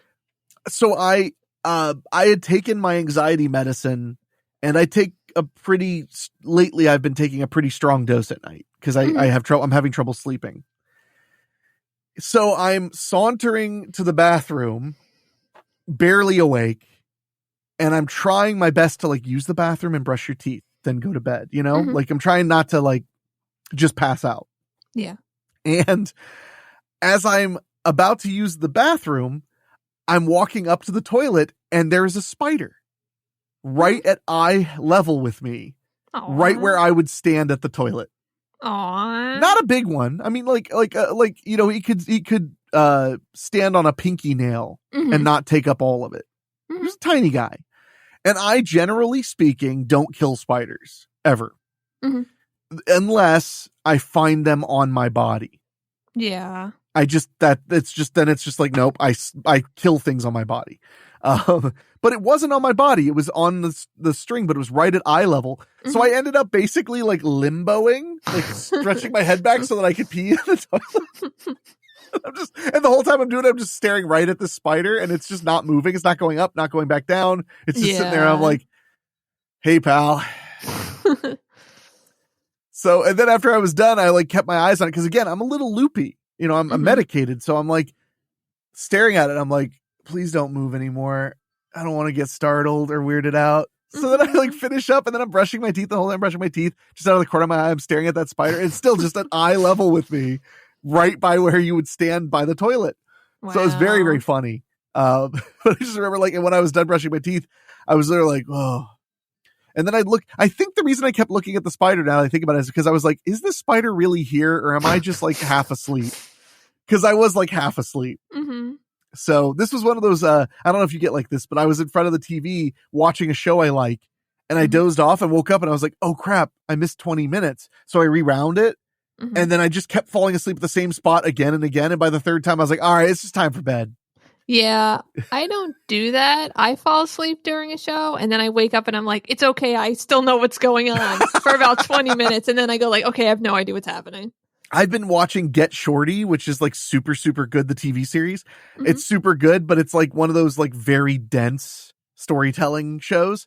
Mm-hmm. So like I fell asleep. The one time I tried that, I was like, oh, no, I know what's going on. And then it like cut to a character in the hospital. And I was like, wait, what? And then it cut to another guy, and he's like getting shot. And I was like, what is happening? So I was like, all right, I gotta go back like 45 minutes.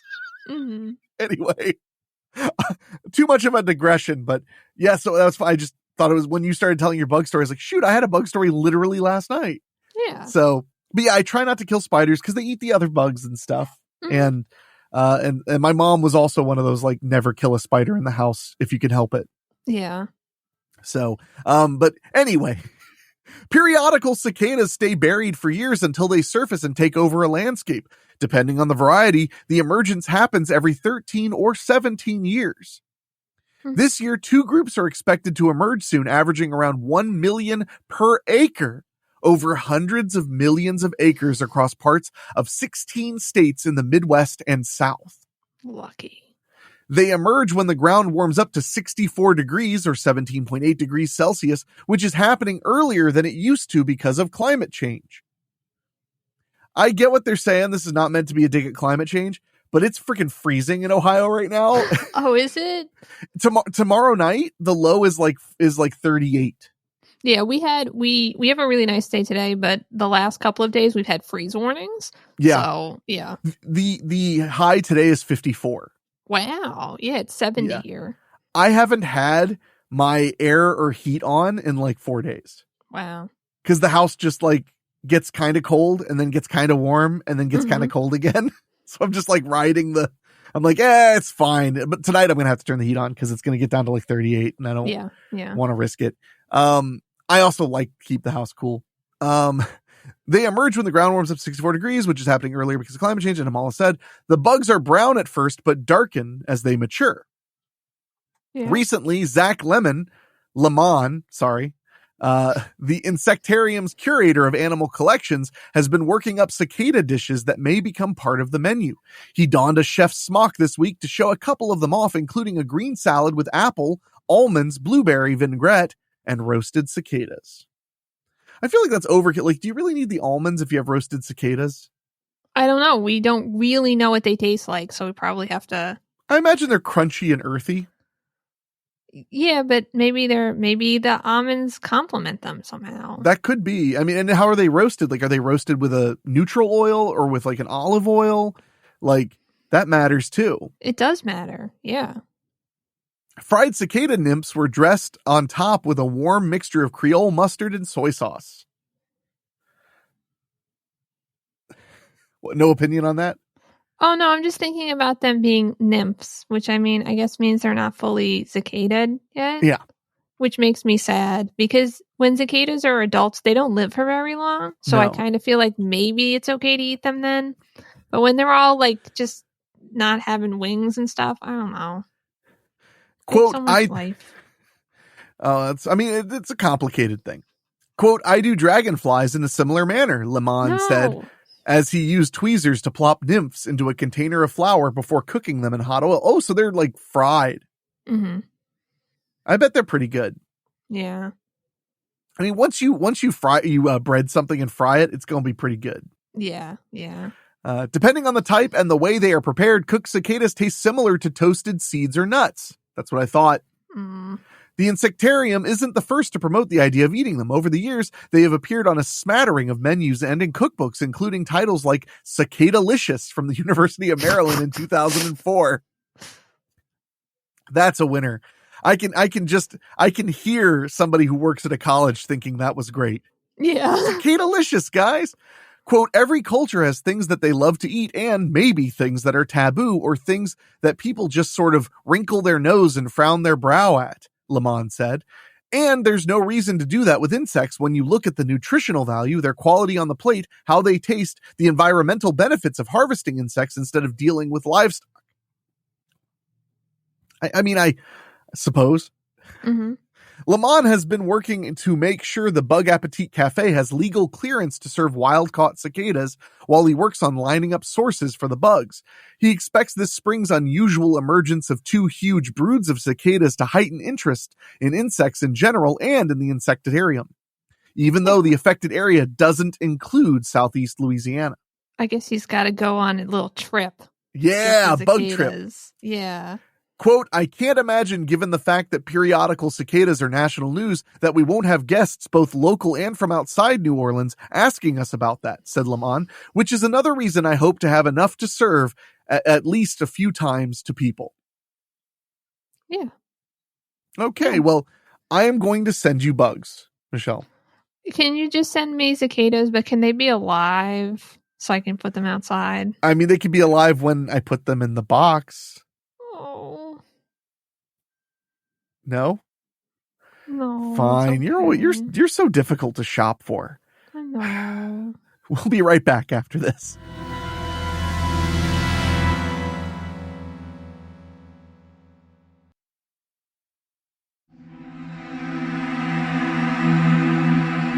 And we are back with one more piece of spooky news. And this one, of course, back to our old good buddy mirror.co.uk. No response there? No. You're like, I blinked. Yeah. This one is woman captures ghost soldier on camera after her dogs started barking like crazy. Okay. A woman claims she's captured the ghost of a soldier who massacred Aboriginals lurking in her garden. Well, that's specific. Well, that's what he said. I'm going to read that one more time. A woman claims she has captured the ghost of a, quote, soldier who massacred Aboriginals lurking in her garden on camera after her dog started barking like crazy. Lal Robertson, 51, was at her home in Queensland, Australia, when her pets were unsettled by something outside. She checked her security cameras and was astonished to spot a, quote, human-like figure lingering just a few meters away from her porch. The image shows what she believes to be a soldier's legs with boots on and the dark shadow of an upper body described as unnaturally disfigured. Oh, that's not a nice thing to say to someone. It is not. And I'm looking at the photo right now. Mm-hmm. It looks like a shadow that is vaguely human-shaped. Like you have what looks like shoulders and a head and nothing else. Okay. Everything else is just a straight line of black. Mm-hmm. I'm really curious where she got the backstory. Yeah. So let's read. She's like, oh, he just looks like the sort, mate. Yeah. The grandmother says she's been told that soldiers, oh gosh, here we go. The grandmother says that she's been told that soldiers massacred Aboriginals near her house during the 1800s, and she believes one of them is haunting the property. Why would they be haunting the property and not the massacred Aboriginals? Yeah. I mean, maybe he has regrets. It sounds to me like her spectral aspirations are a little bit prejudiced. Yeah. She's like, oh, I don't count them because they don't speak the same language as me. I'm just going to ignore those ghosts. Yeah. She posted the snap on Facebook on Saturday, and users have since hailed it as evidence of paranormal activity, and others said it gave them a bad and uncomfortable feeling. Aww. It looks vaguely like a human figure to me. Yeah. Does it doesn't look that bad feeling. It kind of reminds me of Batman. Like, I swear I see pointy ears. Oh, maybe it was Batman. Da da da da da. I mean, that'd be weird. It would be strange, wouldn't it? Might even be weirder than if it was a ghost. It would be a lot weirder, actually. She said, quote, it looks like a soldier with his boots on. His legs are really clear and they're transparent. I did not really see anything that looked like legs to me. In the 1800s, there was a massacre here where there were troops coming in and killing Aboriginals. So it could be one of those. My dogs usually tell me if something's around that shouldn't be in the yard, and they were going crazy, so I went to check the footage. When I saw it, I just said, oh my God, what a bloody image we've just caught. The word bloody had like asterisks, like, cause I guess it's a swear word there. I've been trying to put what's been happening here into the paranormal investigation world for around a year now, and everybody called me a liar. Yeah. Now I've got this, and I thought they can't say anything about this one, but they do. Now I think it's absolutely a fraud since she said that, because it doesn't look that convincing. I feel like I found the proof now. I don't know how we just got a photo of it and not a video, but because it's a motion sensor camera, it just got a photo. It's taken me a while to get used to this sort of thing. The first year I was very scared, but now I just love it. Wait, so now you're like, this is a soldier who massacred Aboriginals, and I love having him around. What the hell are you talking about, lady? I thought she just meant she loves the camera because it took her a long time to get used to. Oh, this is actually off of her Amazon review of that camera. Gosh. Yeah, it does not look convincing to me. He looks more like Batman. Lal moved into the house 4 years ago and claims paranormal activity began 2 years ago, with knocking on their windows and pictures falling off their walls. But some have claimed her proof is just a camera lens delay from when husband Joe Wilson went outside to put Lal, but Lal insists nobody was outside at the time and that her dogs can sense ghouls. That is not a ghoul. Ghouls eat human flesh. Ghoul and ghost is not interchangeable. You need to write to them. Dear dumb bastards. How dare you? Can sense ghouls. Her Facebook post has racked up more than 450 reactions and more than 80 comments. That's not even that many. That's nothing. The post reads, it's amazing what the full moon brings out in your backyard. In this photo, you can see a half of a spirit soldier with his boots on and a dark entity against the laundry wall. There's definitely two spirits as they don't match up. Wait. Now there's two of them? Now there's two of them. I only see the one with the shadow. Wait, and are those the dogs right next to it? I can't tell. It's like a really dark, grainy black and white photo, of course. One convinced user commented, now that's something paranormal. Another agreed and said, best evidence I've seen on this page. A third spooked out viewer said, wow, that is so amazing you caught this evidence of the paranormal. A fourth explained, the size comparison of the figure to the height of the porch is crazy, so unnaturally slender and disfigured. It gave me a very unwell sensation. I am looking at the photo and I only see the one dude and he looks like he'd be short, actually. I don't know. This is so weird. Another user felt the same and said, I got a very bad feeling just by looking at this pic. However, one surmised, I think your cam glitched because the dogs are following it. I was right. The dogs are right next to it. But Lal replied, my dogs are very aware of the spirits here. Yeah, it's a spirit herding dog. It's like a Australian Shepherd, but for ghosts and apparently ghouls as well. It literally looks like Batman. This is so weird. Let me zoom in on it. Yeah, it like literally looks like it has little little bat wing or bat ears Huh. on the top. Yeah, my money's on Batman. Okay. Oh, I see the disfigured legs they're talking about. It just looks like it's a glitch closer to the camera than the shadow is. Oh. Well, I mean, in their defense, it can get kind of boring in Australia. So maybe they just needed to, they need a little razzle dazzle. Maybe. I mean, I could be wrong. But speaking of things that people see and possibly misinterpret, whether it is legitimate accident or, in the hope of gaining fame. When was the first time you ever heard of a river or lake monster? I don't know. I guess that long ago. Like, I don't have a specific first memory. But it was it the Loch Ness Monster you probably heard of first? Yeah, me too. So the first time I ever heard of the Loch Ness Monster was I had this VHS tape that was of monster movie trailers. Mm-hmm. It was one of those cheap Good Times compilations where they just released a bunch of movie trailers and called it a tape, but it was all advertisements for movies. Yeah. And it had a clip. It had a trailer for a movie called Loch Ness Terror or the Loch Ness Horror. Oh. Sorry, Loch Ness Terror is a different movie, but it was the cheesiest. I'd never seen a trailer so horrible. Like, I'm like 7, 8, 9. And I'm just like, whoa, like the monster looks so fake. It's so silly. And I've seen the movie once when I was 20. I found a copy and I watched it and it was abysmal. It was very bad. I actually have a book about the guy who produced it. And the book is called It Came From Hunger, which is his way of referring to how he got into the movie business strictly because he was broke. Yeah. And he wanted to make money, and that was how he made money. But that was the first time I'd heard of the Loch Ness Monster. Mm-hmm.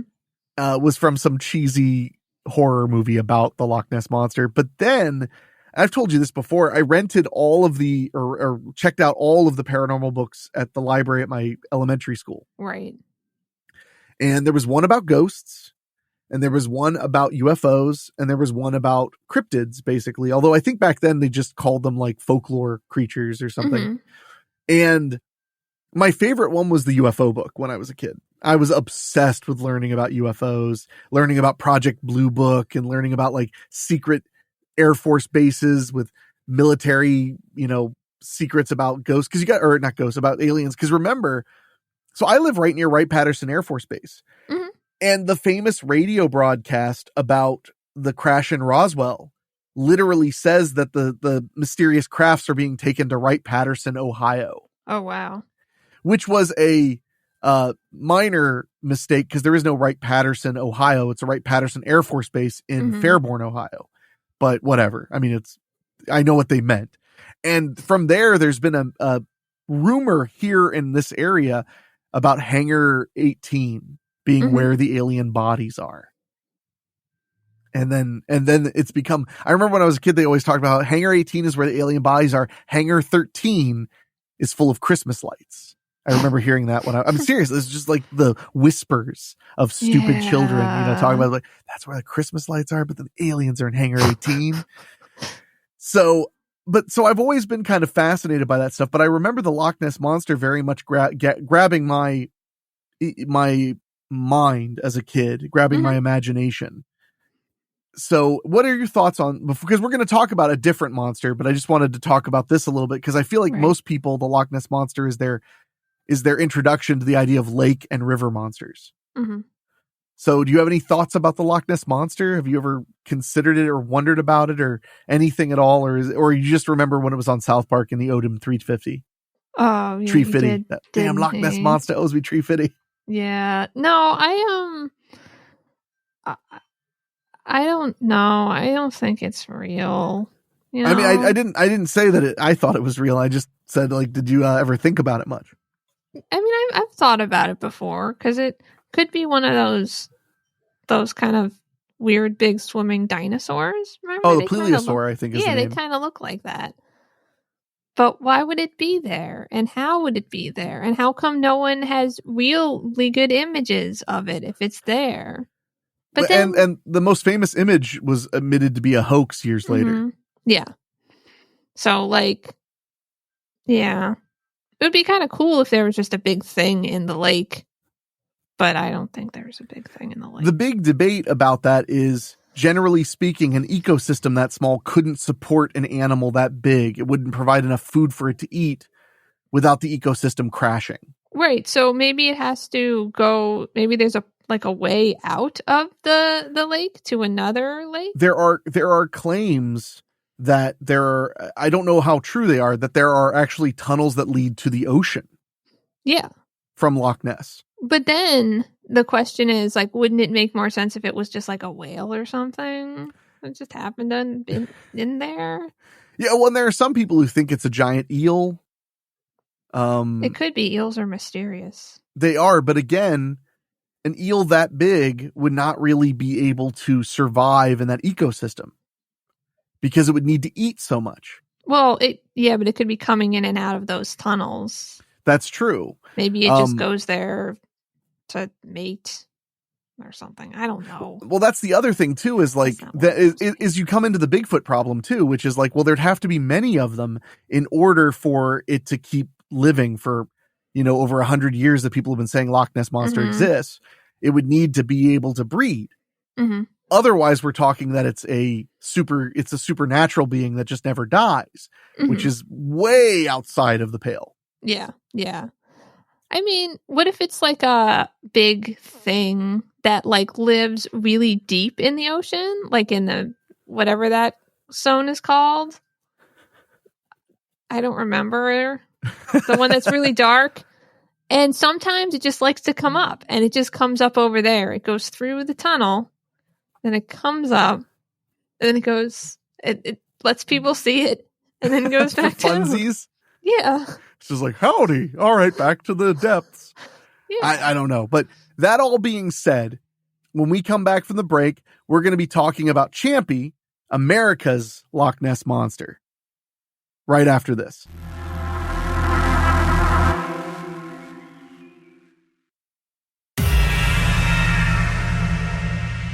All right, we are back, and it's time for us to dive deep into Champy, the Lake Champlain Monster.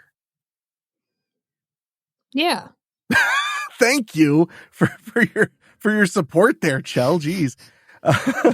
But as usual, we're going to dive in using the epitome of information that is always deeply accurate, Wikipedia.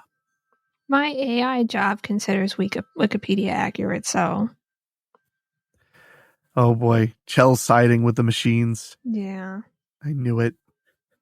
Well, before we dive into it, do you remember the first time you heard about Champy?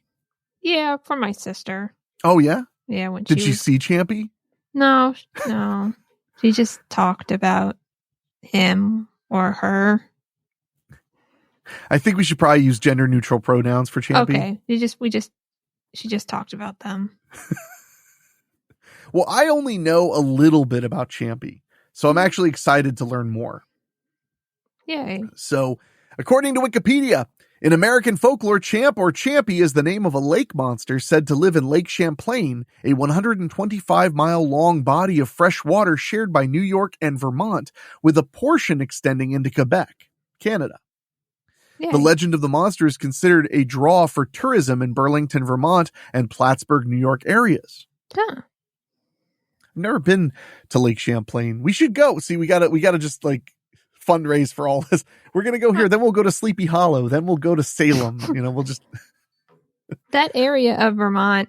I haven't been to the New York side. It's very, very nice there, and I have been out on Lake Champlain. So, really? Yeah, but I didn't see any monsters. That would have been hilarious. We were like, and I saw the monster. Be like, now you're saying it? Yeah. I figured I just, we'll just skip over that part. You're like, I didn't think you cared. It's like, what? So, well, let me ask you, since you've been on Lake Champlain, was it really nice? Yeah, it was really nice. It's like a beautiful, beautiful part of the country? Yeah. Well, good. I haven't been there because I'm not as fancy as you. So now we're going to dive into the history of the legend, which apparently, over the years, there have been over 300 reported sightings of Champy. Wow. That's a lot. Yeah.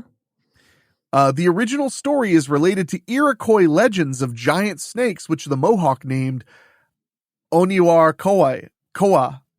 Yeah. Literally Onyare, Oniar Koya. Okay. French cartographer Samuel de Champlain, the founder of Quebec and the lake's namesake, is often claimed to be the first European to have sighted Champy in 1609. Wow. That's a long time ago, man. Mm-hmm.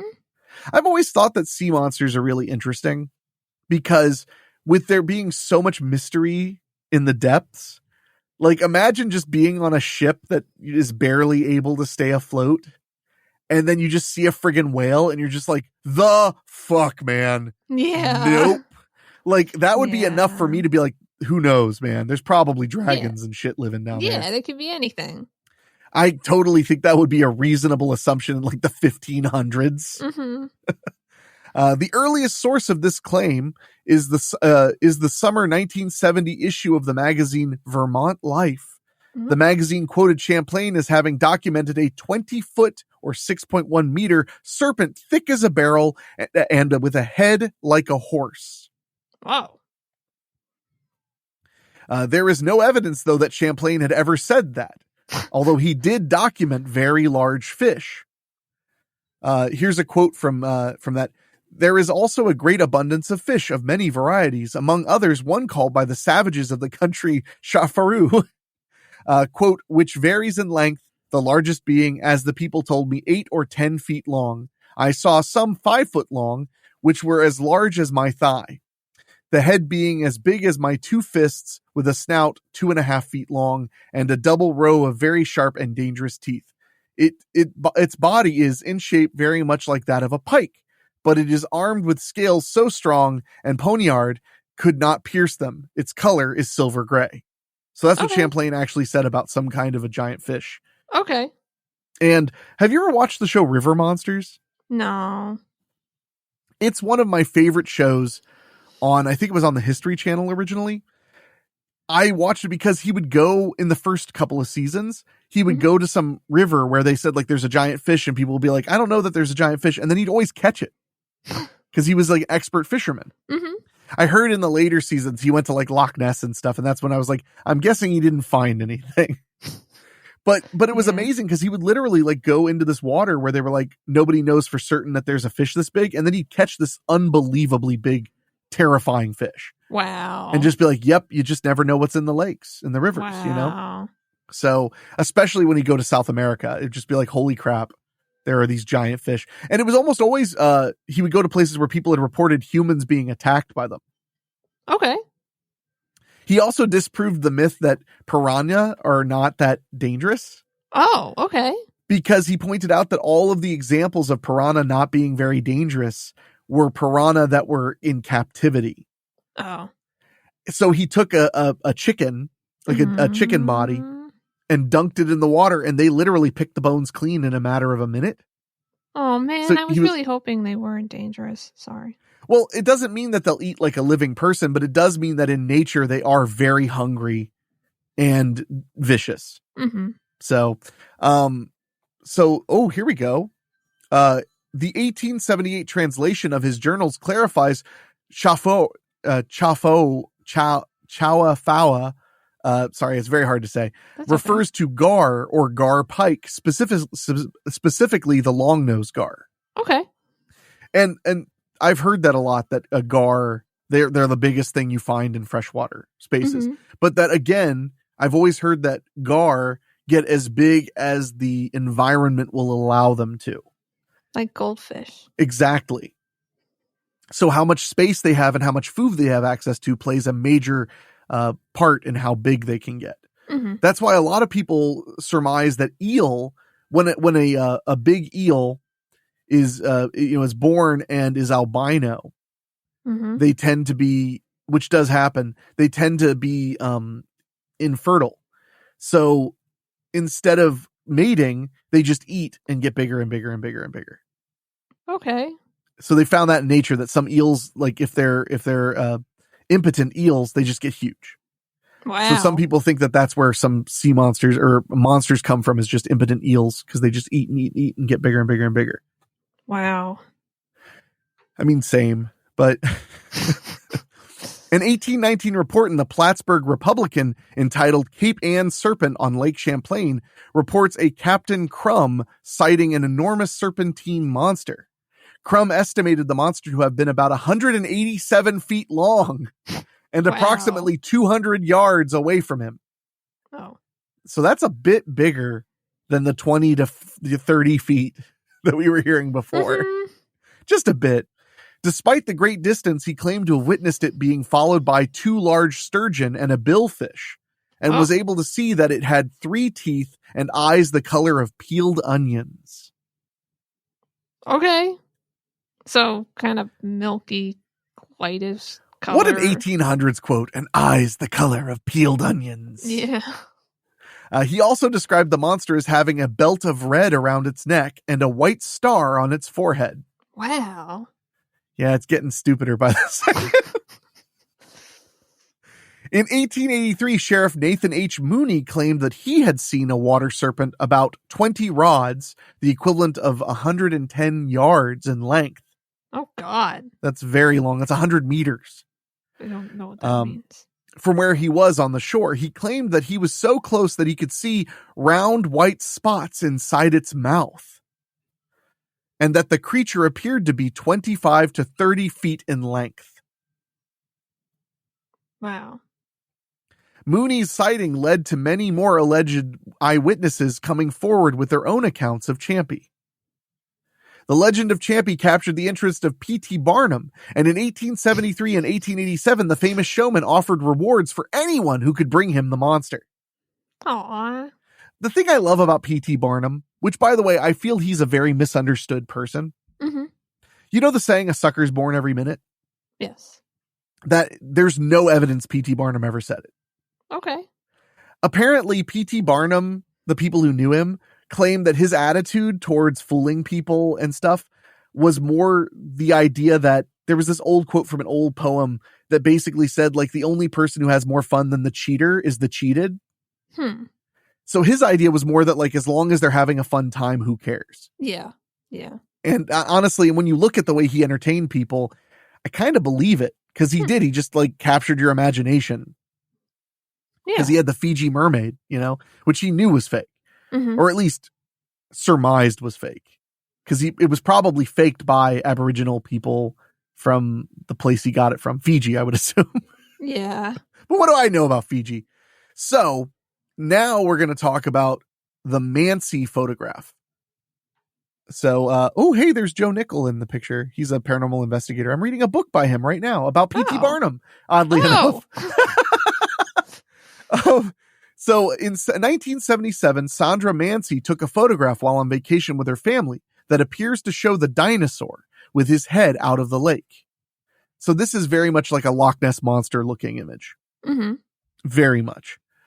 The entire bay of the lake where the photograph reportedly was taken is no deeper than 14 feet.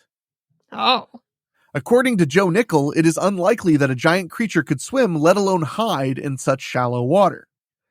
It has been suggested that the object in the photograph could possibly be a rising tree trunk or log. Mm-hmm. I've heard, I mean, I like to kayak. Mm-hmm. Like, that's one of my favorite things, which is weird because I'm afraid of the water, but I love kayaking, which is literally like sitting on the water and scooting around. But there is so much driftwood in any body of water. Yeah. It is amazing how much wood is just floating around ready to, like, bump your boat when you're too busy taking a selfie and scare the crap out of you. Oh, that kind of makes sense, though, because there's a lot of just wood on the ground, and it would get cleaned up by people and things, but if it's in the water, no one's going to take it out. Plus it's like, it's good for the environment, I'd assume, for the wood to, like, disintegrate in the water and kind of add to the, I don't know. You know what? Maybe. I'm not an expert. It sounds like it would be the thing. Like, I've always been told, like, active decomposition is kind of good for nature. Mm-hmm, sure. So, so let the wood float around and birds can land on it and stuff. Yeah. In the book, The Untold Story of Champ by Robert E. Bartholomew, it is further revealed that the original photo was sent to Philip Reines, a nautical expert at the University of New York at Plattsburgh, so that he could examine and hopefully authenticate it. Ryan quickly realized that the two most vital elements in verifying the photo were missing. Sandra Mancy said that she had thrown away the negative. Oh, that's not good. And that she could not locate where she snapped the photo. Huh. Ooh, that one's real. That's really bad. Huh. You'd think you wouldn't throw away the negative and that you'd know where it was. In her defense, I mean, this is an era when you would go to a booth in a mall parking lot and like hand over your film. Yeah. Most people only cared about that piece of paper print of the photo. But they did give you back the negative, and you'd think that if you, I'll give her that, because even if she saw it, like I don't know if she'd go like, oh man, I got to make sure I keep the negative. Like, I feel like you have to be very into photography to really be aware of how important your negative is. Yeah. But that could just be me. Let's see. Without the negative or location, it was impossible to determine with any degree of certainty what was in the photo. Possessing the negative would allow the image to be magnified to see greater detail, while knowing the location could reveal important clues such as the object's size and distance, and whether the photo was even taken on Lake Champlain. Ryan could not authenticate the photo, and the story behind it led to big questions and potential red flags detailed in his book. Yeah. So now we're going to dive into recent reports of Champy. Okay. Champ reportedly can be seen in a video taken by fisherman Dick Offalter and his stepson Pete Baudet in the summer of 2005. Close examination of the images can be interpreted either as a head and neck of a plesiosaur-like animal and even an open mouth in one frame and a closed mouth in another, or as a fish or eel. Yeah. Although two retired FBI forensic image analysts who reviewed the tape said it appears authentic and unmanipulated, one of them added that, quote, "There's no place in there that I can actually see an animal or any other object on the surface." Okay, so yeah, it's real, but yeah. It's a real video, but we don't know of what. Yeah. One piece of evidence, though not a sighting per se, is the recording of sounds within the lake by Fauna Communications Research Institute in 2003. I've heard that recording. Yeah? It sounds like a big creature underwater because the Discovery Channel aired it. Okay. In fact, it mentions it working as part of a Discovery Channel program. The group described the sounds as being similar to those produced by beluga whales or dolphins, neither of which are known to live in Lake Champlain.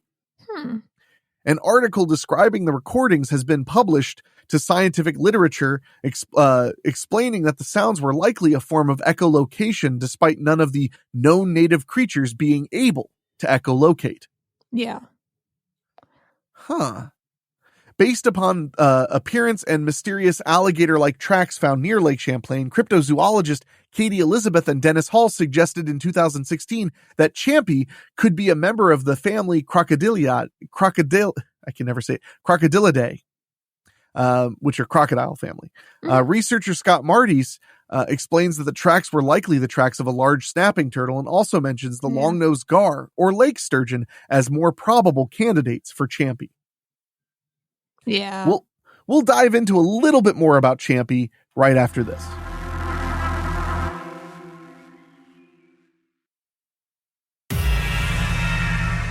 We're back talking a little bit more about the Lake Champlain Monster, also known as Champy. And it's the only appropriate name. If you call him anything other than Champy, you suck. Yeah.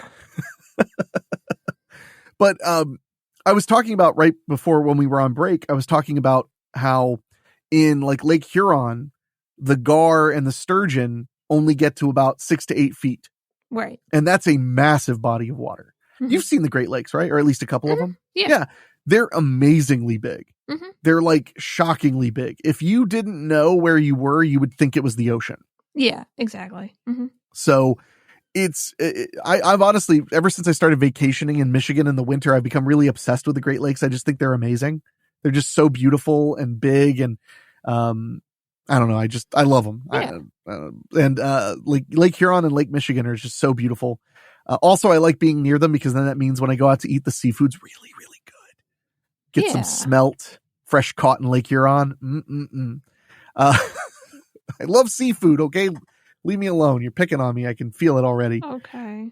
But yeah, that becomes one of the big challenges is Lake Champlain is, nowhere near the size of a Great Lake. Mhm. Yeah. So how can its ecosystem support something that big? And that's the part that when I get to be skeptical about lake monsters in particular with people, that's the part that they kind of roll their eyes about because like, maybe it's coming from somewhere else. And I'm like, okay, but it's just, that's the way ecosystems work. Mm-hmm. You have big things that eat smaller things, that eat smaller things, that eat smaller things, that eat really small things. Yeah. You go all the way down to krill. So, what would support something if you had a creature that was like 100 yards long? Mm-hmm. How would anything be left over? If because you'd have to have several of them, it would eat everything. Yeah, and it's a contained-ish ecosystem. Yeah. So yeah. And then the ecosystem would collapse. Everything would die. Yeah. So that's the big challenge. Of course, that could all be solved by if it can crawl out of the water and eat people. Yeah, exactly. Yeah. Now we figured it out. Yeah. I mean, how many people go missing in Vermont? Actually, probably not a lot. Yeah, probably not. Listen, I'm in Vermont. No one wants to find me here.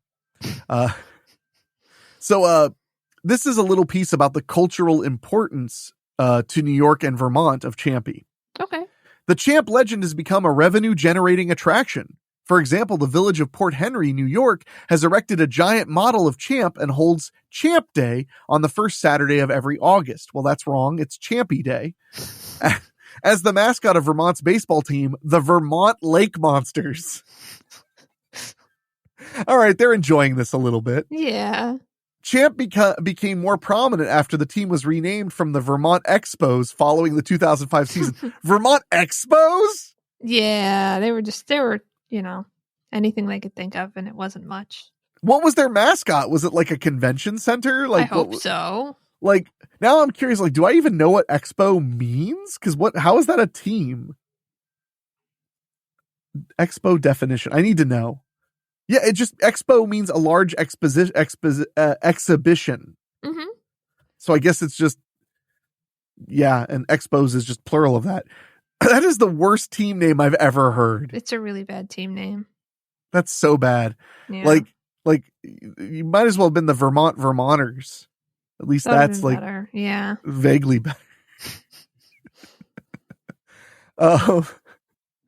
Champ has been the primary attraction of the former minor league baseball team since their inception and continues to serve as the Futures Collegiate baseball team's mascot. This mascot version of Champ appears as a special guest at various charitable and other functions throughout Vermont. Wow. Several nearby establishments, including a car wash, use images of Champ as a logo. Oh, Champy. Yeah. In 2022, it was reported that a feature dramatic film, Lucy and the Lake Monster, was in works about a young orphan girl and her grandmother looking for Champ. The film, based on a best-selling children's novel with the same title.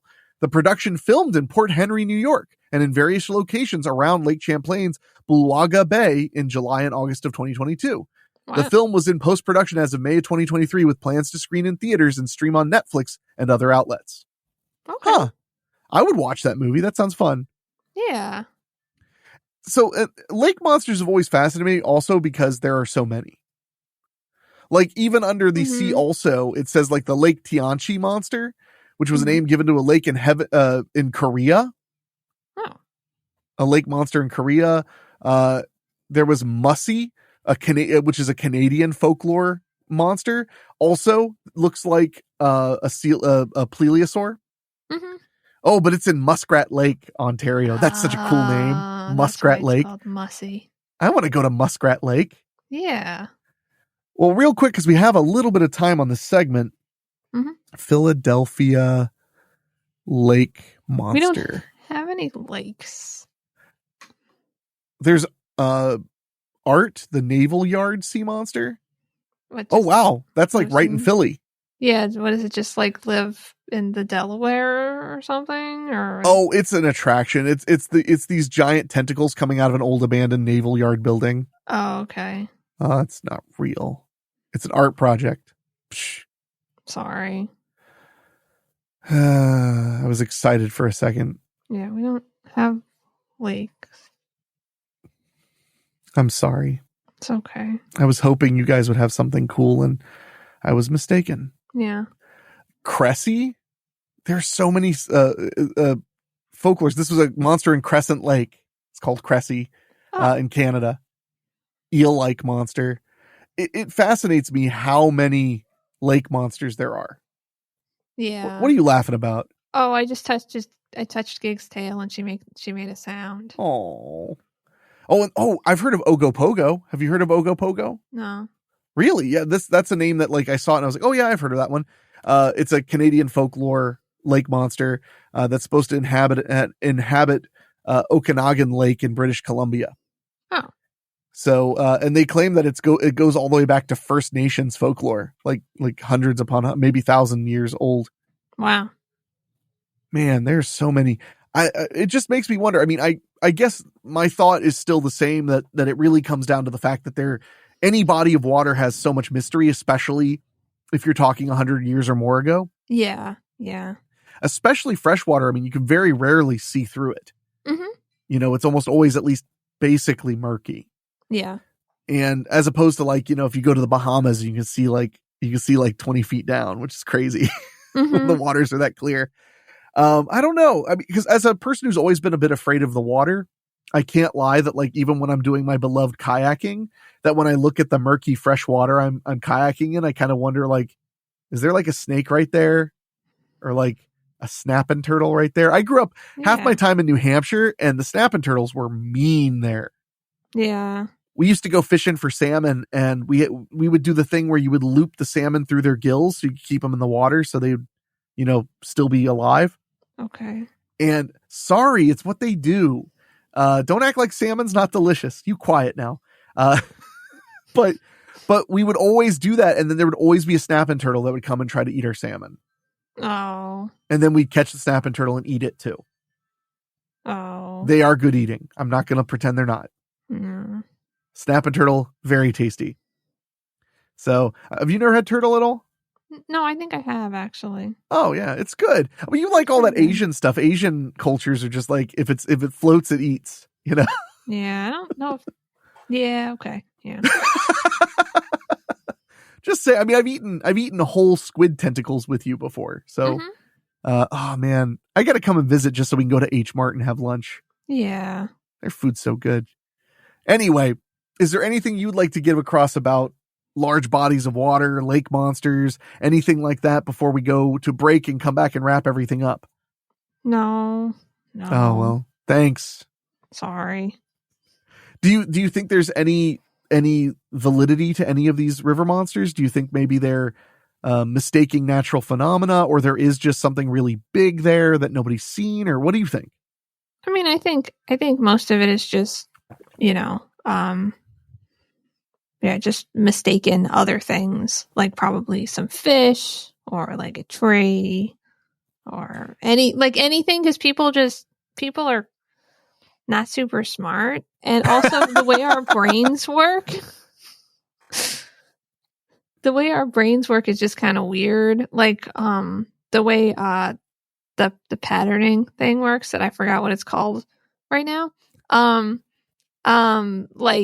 It's so easy for us to misinterpret stuff, especially when we can't see all of it. So, yeah. You could see something and be like, oh, it's the back of a monster. And it's just a fish, Sure. So, yeah, I wish that there were monsters in the lakes, but I don't think so.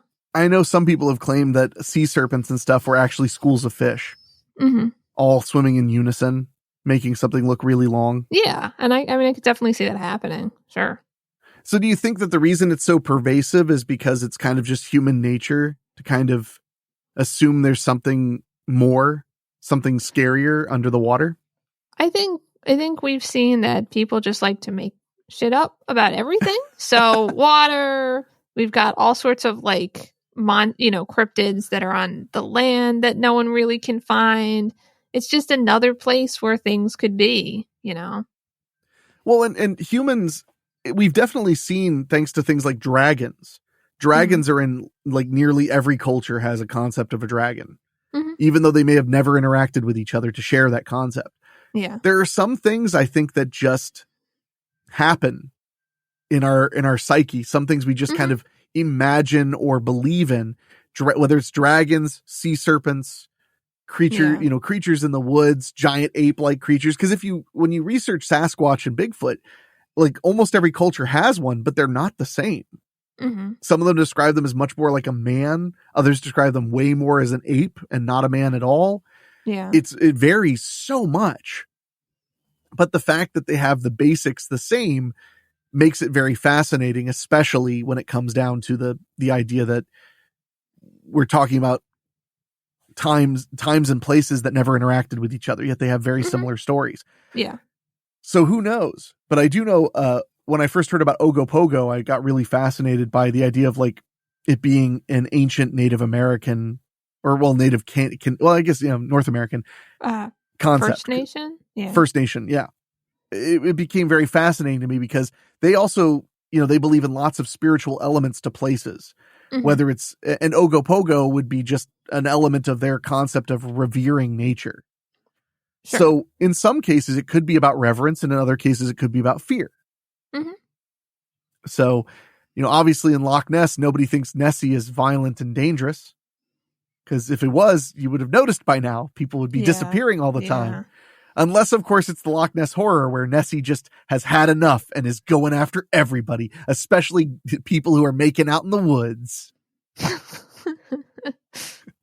That's in the trailer. It attacks a guy and a girl like making out in the woods by the water. It just comes out and attacks them. That's what I would do. That is what you would do. I believe that. Yeah.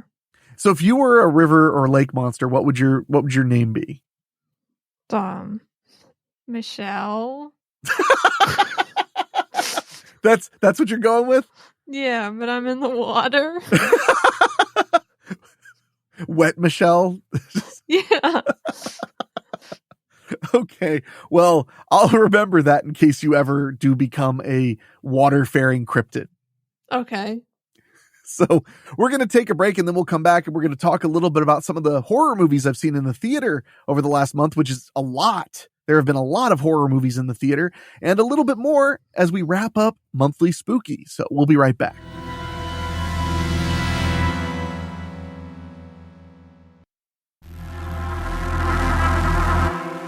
And we are back wrapping up this month's edition of Monthly Spooky, and I'm here with Wet Michelle, the river monster.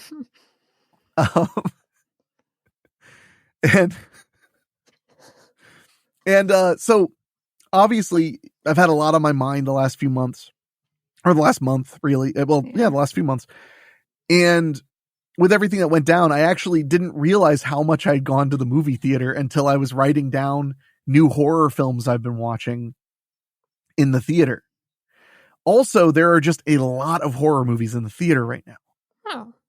So I usually, if we're lucky, I have one, maybe two a month, and maybe one of them was on Netflix or something. No. All 6 of these I saw in the cinema. Wow. So I'll start with Immaculate. I saw Immaculate in the cinema. That's a film starring Sydney Sweeney about a young woman who moves to Italy to join a nunnery. But it's specifically a nunnery for nuns to take care of aging nuns. So it's like a nun hospice. Okay. And while she's there, she gets pregnant, but she's never been with a man. And it turns out she may be carrying the second coming of Jesus. Yeah, that's my biggest fear. That's fair. But I will say, so Immaculate, pretty good. I would not call it an anti-religious story. I know a lot of people were going nuts about how it was like so anti-religious. I mean, there are elements of it that are pretty harsh, but it's really, without spoiling anything, because it's got great twists. It's really more of a perversion of religion story. Because like when you find out that some people are doing evil stuff, they're not doing it like with the blessing of the Pope. They're doing it of their own volition because they're fanatics. So I just didn't find it particularly insulting to the religious. But then again, I'm not religious, so what do I know? Yeah. Why are you scowling at me now? What are you doing? Oh, I don't know. What do you know? I don't know anything, but I do know that it was good flick. It had some really good scares that got to me. If it's still in the theater, definitely go catch it in the theater. But if it's not, then definitely it's worth a rent. Immaculate, super fun, scary, makes you squirm, lots of good stuff. And I've often said this before, but Catholicism is my second favorite cinematic universe after Star Trek. Star Trek is first, and then Marvel is third. So Catholicism is right there in number 2. So, and speaking of, there were 2 nun-focused horror films put out at the same time. Oh. The other one was The First Omen, which is a prequel to the 1970s film The Omen. Mm-hmm. I love the Omen film series. Have you seen any of them? I don't think so. That's okay, I guess. But do you know what The Omen is about? Kind of, yeah. Go ahead. So there's like a kid. Damien. I think, yeah, it's like a bad kid. That's it. Well, he's the Antichrist. Okay, I thought maybe, but I couldn't remember. Rectus ominous rectus There's like all this. I love The Omen. The Omen and The Exorcist both are what I say when I'm joking about the Catholicism cinematic universe. Mm-hmm. Like, John Landis put it really well, the film director, because he said when he watched The Exorcist, he's an atheist. He was like, but The Exorcist is so good, for 2 hours, I'm Catholic. And then when that movie ends, I'm back to normal. So, but The First Omen is a prequel, so it's about the fathering of Damien. Okay. And if you are familiar with the first Omen movie, then you know that Damien is born to a woman and a jackal. Because that's in a translation of the Bible about the birth of the Antichrist. Mm-hmm. But so The Omen, some people are haters of Omen 2 and 3. Mm-hmm. I love all of the Omen movies because basically, like, the idea is that Damien has to be the Antichrist, which means he has to be in a position of power. So they swap Damien. This is a spoiler to a movie from the 70s. They swap Damien with the actual child of this married couple who one of them is the ambassador to Italy, American ambassador to Italy. So they swap the kid so that the kid is born into privilege and power. Okay. And as the films progress, Damien gets older and doesn't really know that he's the Antichrist. He just has this hunger for power and this weird detachment from what's human. And I really love those movies. I find them creepy and scary and awesome. And they have a lot to say about not just Catholicism, but like the general weirdness of traditions in Europe. Like there's one where they go on a fox hunt, and I remembered it for my entire childhood because when the kid came back to Damien, the adult Damien, he rubbed blood on his face. And I was mortified as a kid. I was like, what the hell? And then I found out that's what you do on your first fox hunt. Wow. In England is they rub the blood of the first fox you kill on your face. Well, that's really nice. I figured you'd like that. But anyway, so The First Omen expands on some of the elements of the later Omen series where basically, and this isn't a huge spoiler, they suggest that there are parts of the Catholic Church that for reasons that are somewhat unknown want the Antichrist to be born and want the Antichrist to bring about the Book of Revelations in order to bring about, because if when the Antichrist comes, according to their book, then that means it's time for Jesus to come back and fight the Antichrist and all that stuff. Mm-hmm. So basically that's what in the First Omen, they expand on that concept that there's a sect of Catholicism that wants it to happen. Okay. It's a good movie. Incredible performances, incredible setup. And the funniest part is I found The First Omen and Immaculate to not be very similar to each other, even though they're both about nuns that are pregnant in Italy. I found them very much not alike. Okay. In a good way. I really enjoyed them. So, but okay. So some other films I saw in the theater. I saw a film called Late Night with the Devil, starring David Malchan. And it is a movie it's a Shudder original that they put in theaters to test it. Okay. And it ended up making $10 million. It did super well in the theater. Oh, great. Unfortunately, the better film of the 2 Shudder films that went to the theater, I'll be talking about in a minute, flopped horribly in the theater. And I'm so mad because it was so good. But Late Night with the Devil, basically, it's a late night talk show, a fictional late night talk show. And they have a woman on who's possessed by a demon and things go haywire. It is super fun. I didn't love the ending, but I didn't hate it at all. It's just the ending kept it from being a 5-star film for me, but it was still very, very good. Super fun. It's streaming on Shudder right now, but if it's in the theater near you, totally worth going to see Late Night with the Devil. I really enjoyed it. Next up, I saw a horror film called Sting. Not to be confused with the wrestler or the singer. Okay. But Sting was a film about a deadly spider that's loose in an apartment complex. Oh. And it's from space. They established that right at the beginning. It's like an alien spider. And so it takes over this apartment complex, but this little girl catches it in a jar at first and keeps it as a pet. Huh. But it just keeps growing and growing and eating bigger and bigger things. It's a simple monster movie. One big monster, very effective. It was a low budget film shot in Australia, but it's set in America. I thought it was super fun.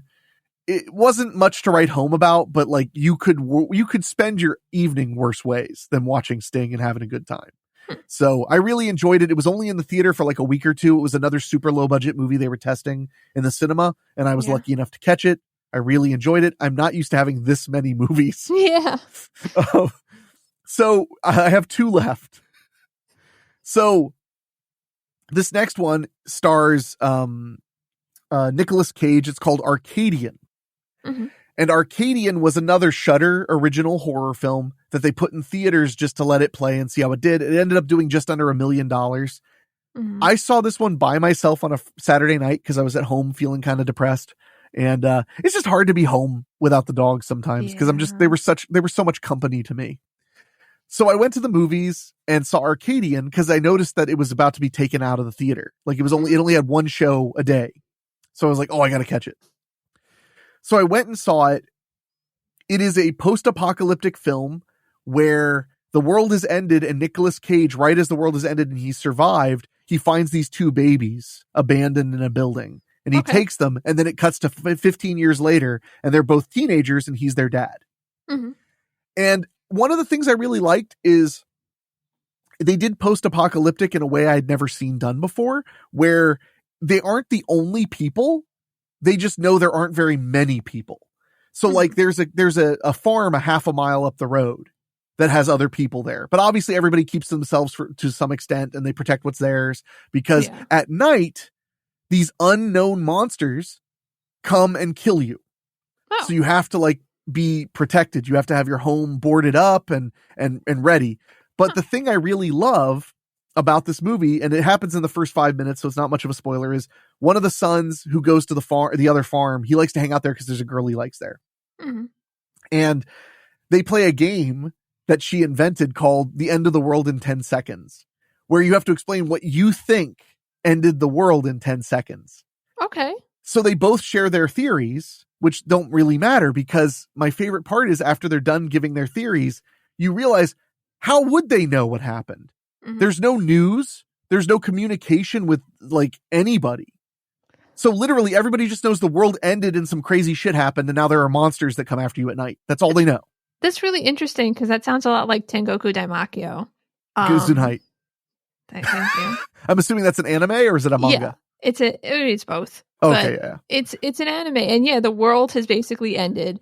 There are still people. Yeah. It's just less of them. And there are monsters, but nobody knows what the fuck happened. At least not the main characters. They just know something happened. And there are all these theories, but we don't know what it was. Yeah, and I love that because that would be the way it is. There's no central intelligence. Yeah. So you would just kind of know what you know.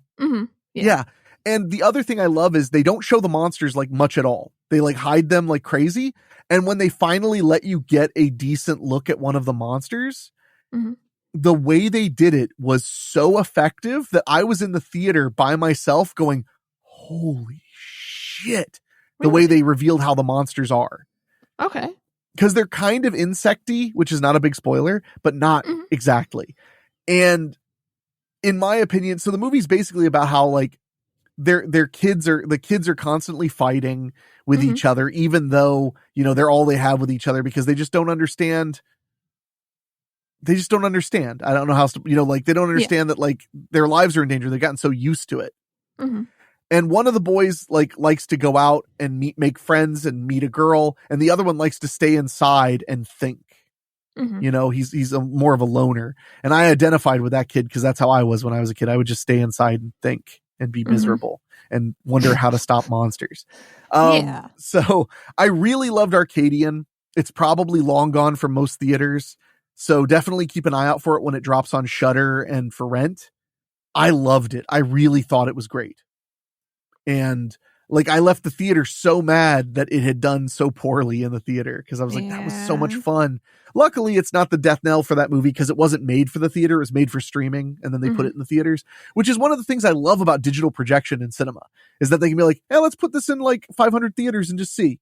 Yeah. Yeah. I love that because any chance I can get to catch a movie in the theater, I will. And I'm going to end it with talking about the most recent horror film I saw in the theater, Abigail. Okay. The film about the 12-year-old ballerina vampire. This group of crooks are trapped in a mansion that has that's locked up so they can't escape, with a 12-year-old ballerina vampire that they thought was a girl they were kidnapping for a ransom, but in reality it's a setup to feed them to a vampire. Oh, okay, good. It's from the same team who did the most recent Scream movies, but also did a movie called Ready or Not, which I thought was one of the best horror films I've seen in a really long time. Ready or Not is about a woman who marries into this eccentric family and finds out that in order to actually be a part of the family, you have to survive playing a deadly game of hide and seek. Oh. That movie is so good. If you've never seen Ready or Not, watch Ready or Not. It is excellent.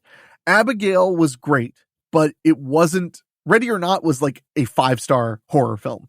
Abigail was like a 3.5 to me. It wasn't perfect, but it's full of chaos and memorable moments and great characters. You could do much worse in the theater than going and seeing an Abigail. I really enjoyed it. I think the problem with Abigail was that because it took place in a big house where you're trapped and being hunted, it was very similar to Ready or Not. Yeah. Which hurt it because Ready or Not is friggin' amazing. Okay. And basically perfect. And Abigail did have flaws and problems, but one of the reasons Abigail had flaws and problems is it was so big. It had so many amazing moments and crazy scenes and outrageous special effects. It's hard to wrap up a film when it goes that crazy. I'm sure you probably experienced that with anime where you're like, wow, this anime is so insane. How are they going to tie it up? And sometimes they probably don't do a good job. Yeah. It happens. So I loved it though. That's the other thing, is I'm shocked to say all 6 of those films I think were worth watching in the theater and paying, $10 or $12 for. So that is my horror media. Wow, I've never had that many movies that I saw in the theater. I was at the theater a lot. And a big thanks to my buddy Keith Tomlin for taking me to the movies like half of those times, just to cheer me up because of everything that was going on in my life. So on that note, we're going to wrap up this edition of Monthly Spooky. Chell, is there anything else you want to say before we get out of here? No, it's okay. Fair enough. You're too busy getting ready to be a lake monster. Yeah. So, well, if you enjoy what we're talking about and you want to write us, send us an email at weeklyspooky@gmail.com. We would love to hear from you. If you enjoy what we're doing here, you can go to weeklyspooky.com, click on Patreon, and subscribe for as little as $1 a month and get 2 shows every month as a bonus. We really appreciate that. And if you want to support us in a way that costs you absolutely nothing, you can go to your Apple Podcasts or Spotify and leave our show a 5-star rating. It helps new listeners find the show. And speaking of Patreon, I want to say an extra special thank you to our Patreon podcast boosters, folks who paid just a little bit more to hear their name at the end of the show. And they are Johnny Nix, John Callan, Bobbletopia.com, Jenny Green, Brent McCullough, Karen Weemet, Jack Kerr, and Craig Cohen. Thank you all so much from the bottom of my heart for the support. And if you want to hear your name at the end of our shows, all you have to do is go to weeklyspooky.com, click on Patreon, and sign up for any tier at $15 or higher. You'll get lots of other bonuses, but you'll also get your name read in my silky, smooth voice. So, my friends, thank you so much for joining us, and we will see you next month with another episode of Monthly Spooky. Chell, you have the final word. Oh, I thought that was it. That was the final word. Bye, everybody.